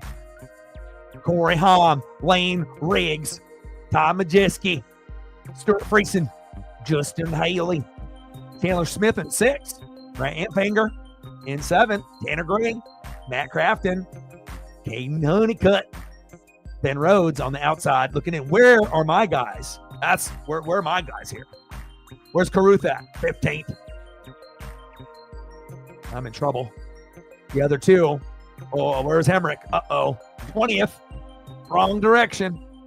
And then we still haven't been able to get Frankie Muniz. Still, now he's at 27th. So, golly, he is really having a hard time. But again, he's not a full-time, he's a full-time driver, but it's not like he's been doing this for years and years and years. And, we got 10th at Daytona. So, I mean, this is probably a little bit of a disappointment, he's like, I need a goddamn big-ass wreck where it's like 20 cars in front of me all wreck at the same time. And then Frankie Muniz, top 10 finish. Malcolm in the middle, reboot, watch it. All right, 30 to go.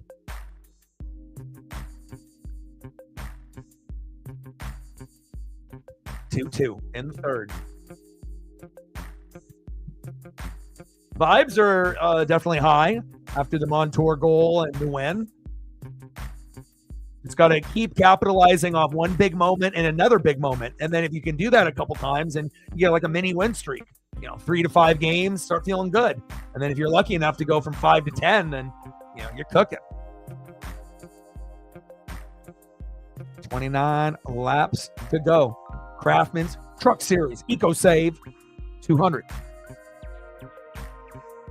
Haim, Riggs, Gray, Friesen, Majeski, and Fanger.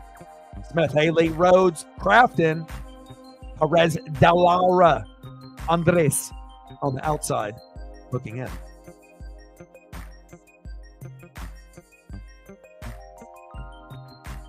Like you actually see him pass, and you can get crazy stuff. 3 wide, 4 wide, 5 wide, and they definitely lose control more. Harder to drive than the cars. So I feel like, a lot of stuff isn't going to be, oh, I wrecked them on purpose. Like they might have just lost control. Takes a lot of skill to drive these things, aerodynamics and whatnot. And you got to think they're only going about 20 miles an hour less than the car. But if you look at the way that they're shaped, the aerodynamics, I mean, half of the fucking truck is missing. It doesn't have the back. It's just open, It's a lot lighter than the Xfinity and the Cup. They're flying out there. Little ass truck going 180 miles an hour. Fucking kidding me? I need to be in one of them.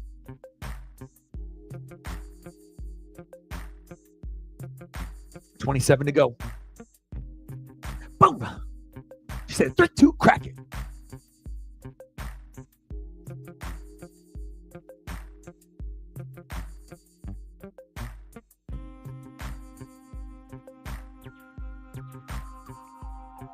Tanner Gray with a nice run. 3-2 Kraken.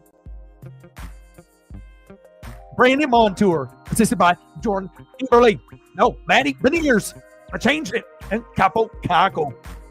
No, that was the Schwartz one. Oh, Jaden Schwartz. Maddie Beniers, Capo Caco. And then before that, the Montour. That made it 2-2. Tolvanen, Montour. Now Schwartz. Everyone getting a turn. Who got the assist there? Ebbs and Tolvanen on the Montour. Tolvanen by Stevenson. Everyone's getting involved. Gru is in net. Got to win. Come on, Gru. And Gru only giving up this many after giving up, 4, 5, 6 pretty consistently. great job tonight. Keep it up. Like, don't give up anymore, and maybe the Kraken can get one more and a little icing on the cake.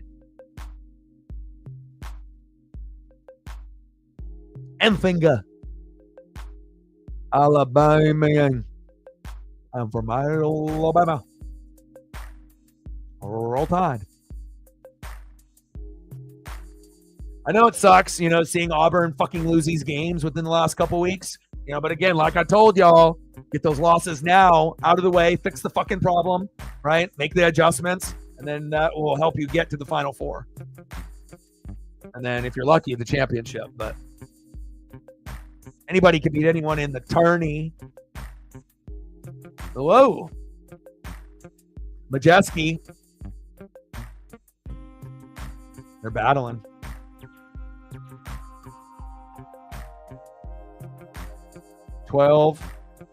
No. 24 to go. 24 to go. I don't know. That was crazy. There was a couple moments there. There's a couple cars that should have wrecked. But, again, that's what shows you. These drivers in these trucks, like, you can go sideways at 180. And if you're a good driver and you can catch the wheel at the right time, and, depending on if you're hitting gas or brake or nothing, sometimes you get these people that, if the truck allows them, they can correct themselves and they can still continue going like 170 to 180 even after going sideways for 50 feet, 100 feet or whatever in that short period of time. It's pretty crazy, man. But then also we've seen what normally happens is once you get loose, regardless if someone touches you or not, you are done. And you're into the wall, you're going sideways. Puku, kerplow, right in the middle. And then you're spun out. 20 to go.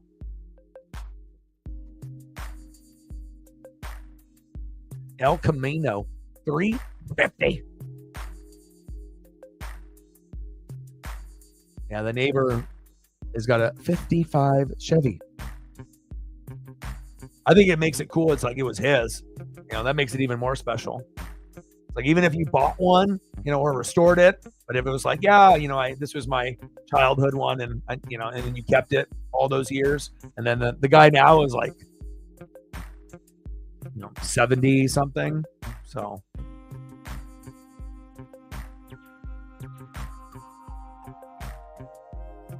Heim, Gray, and Venga all the way up to third. Ooh, Friesen, Majeski, Lane Riggs, Crafton, Raja Caruth, N8, Haley, Taylor Smith, Ben Rhodes.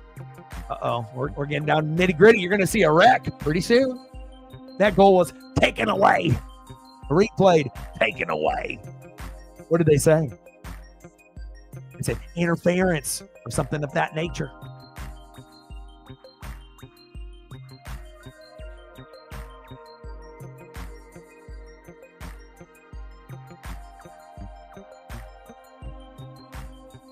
Well, Groove has been pretty good today, so I mean, if they're going to get one and get it taken, away, let's get another.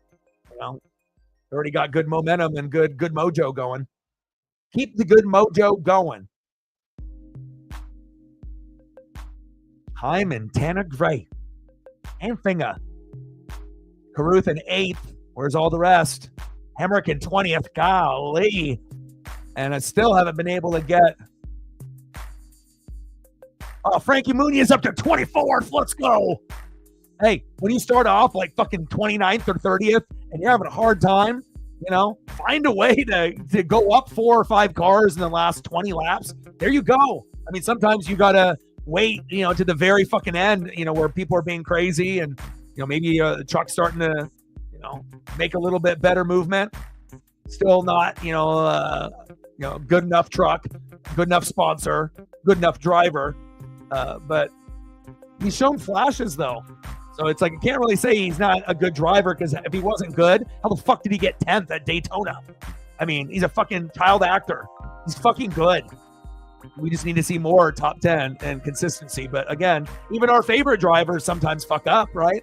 Like, you'll see like the best guys sometimes just like DNF. They don't even finish, or they get wrecked, or something happens. 15 to go.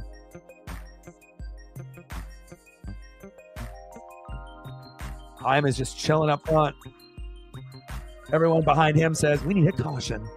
So we have a chance to come and win this race. I did notice that they are going to be doing a Dale Earnhardt documentary. Even if you didn't really care or watch, I highly recommend. It's going to be on Prime. It's going to have a lot of behind-the-scenes shit with Dale Jr. and some like personal, it's going to be like very, like we haven't seen a NASCAR documentary kind of like this in a while. And I'm definitely, I don't even have Prime right now. I might have to like order Prime just to watch that. That's how good. I need to see that. Like behind the scenes Dale Earnhardt footage. And then Dale Jr. and a bunch of other people. Yeah. I need that. 2-2. The Utah Hockey Club. Seattle Kraken. Corey Heim up front. Tanner Gray says, fuck my life. Grant Enfinger making his way up to third is big. He hasn't been up in this position pretty much all day. And that's how, good drivers can end up being great, where you just kind of come out of nowhere in the last like 30 laps and like your name wasn't even in the top 10. And then you find your way, or it was early in the race and then shit happened. But it shows you there's a certain type of skill set with the trucks. Like there are certain, dominant drivers in the trucks, but it's definitely up for grabs. Like there's going to be teams that are better, trucks that are better, just like in Xfinity and Cup. But I feel like it's harder to win a truck race than it is with the others. Like, unless you're like one of those elite drivers, like trucks is a whole nother animal.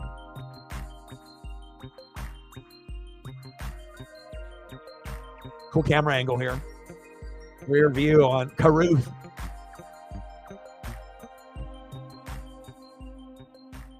$11 to go.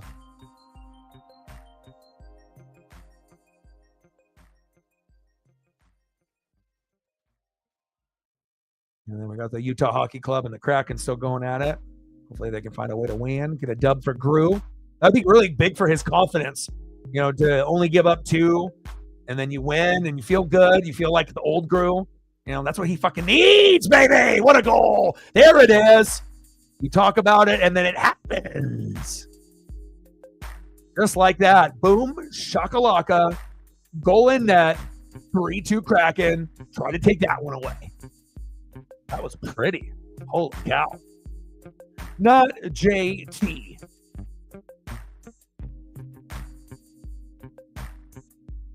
Beautiful sequence there for the Kraken, which we have been rarely being able to state in 2024, 2025. That was beautiful. Capugako, wrap around.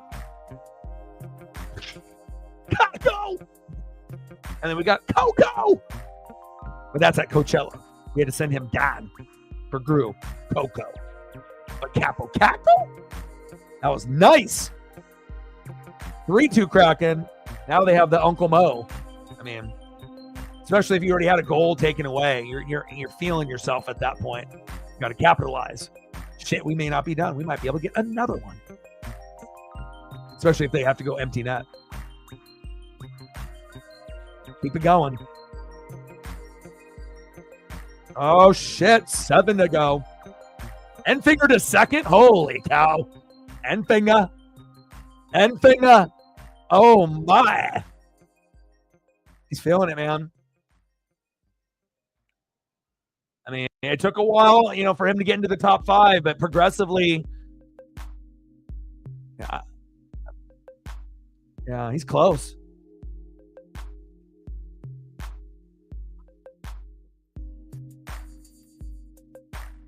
So you get the guy that's been up front forever, or the guy that might have the best truck, that has the skilled driver and then is just progressively picking people off and getting closer and closer and closing the gap. But can you catch up before the 6 laps are up? Really depends on the car up front and Heim if he has some kind of problem. Gets a debris in the grill, overheats, slows him down. Clear. Camera angles are cool.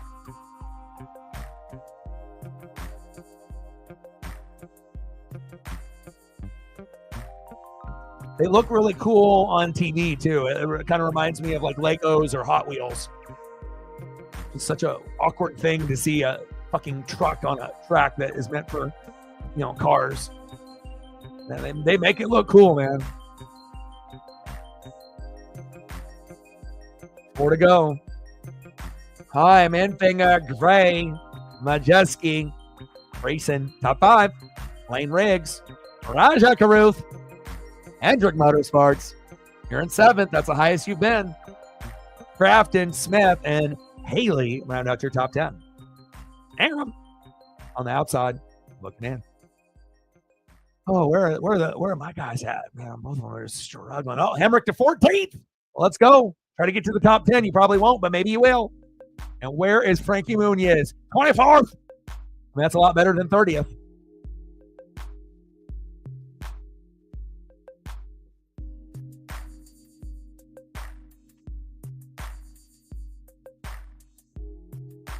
Take it easy. Appreciate y'all. Well, Kraken, they're going to win. Feels good today. 3 to go. Car has been super strong. It's like you almost need some kind of like malfunction for Enfinger to catch up. Well, we have a malfunction. Tires are good. You're not going to see a tire blowout. No one's running out of gas. Not at this point.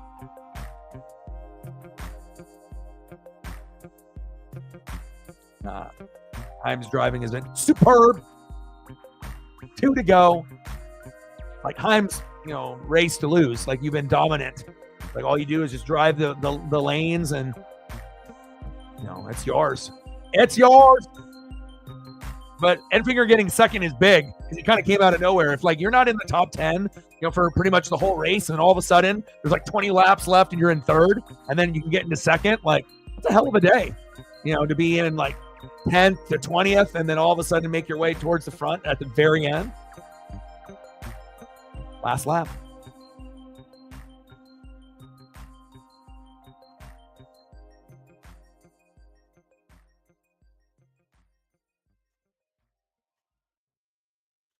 Take care. Go Kraken.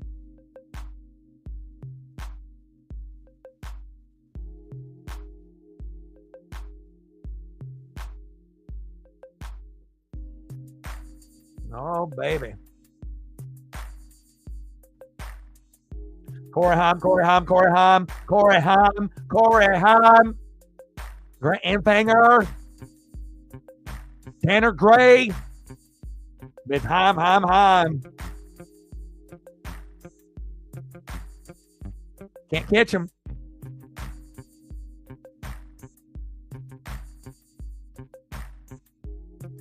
And Corey Heim is your winner.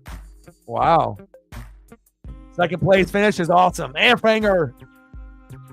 Tanner Gray, Majeski, Riggs, Freaks, and Caruth. Caruth finishing 7th is nice. Nice. Hamrick with 13th. And then Frankie Muniz, hopefully 24th or sooner. Let's see where we're at. We're at 20th now. Where are you at, Frankie Muniz? Malcolm in the middle. Where the hell are you? I appreciate every single one of y'all. 3-2 Kraken. I don't even know if the others have finished. I'm waiting, though. That shot by Heim. And then tomorrow, NASCAR Xfinity Series or Mariners, more than likely. And then on Sunday, NASCAR Cup Series, for sure. Nice job by Corey Heim. That was money, man.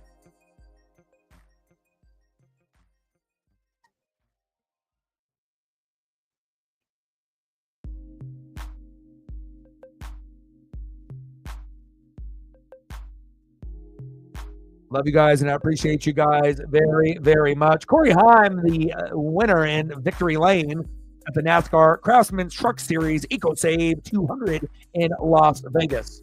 And I got one question for you. Well, you don't talk sports like us. Your boy Ryan, Northwest Sports Fanatics, and I'm out. Gang.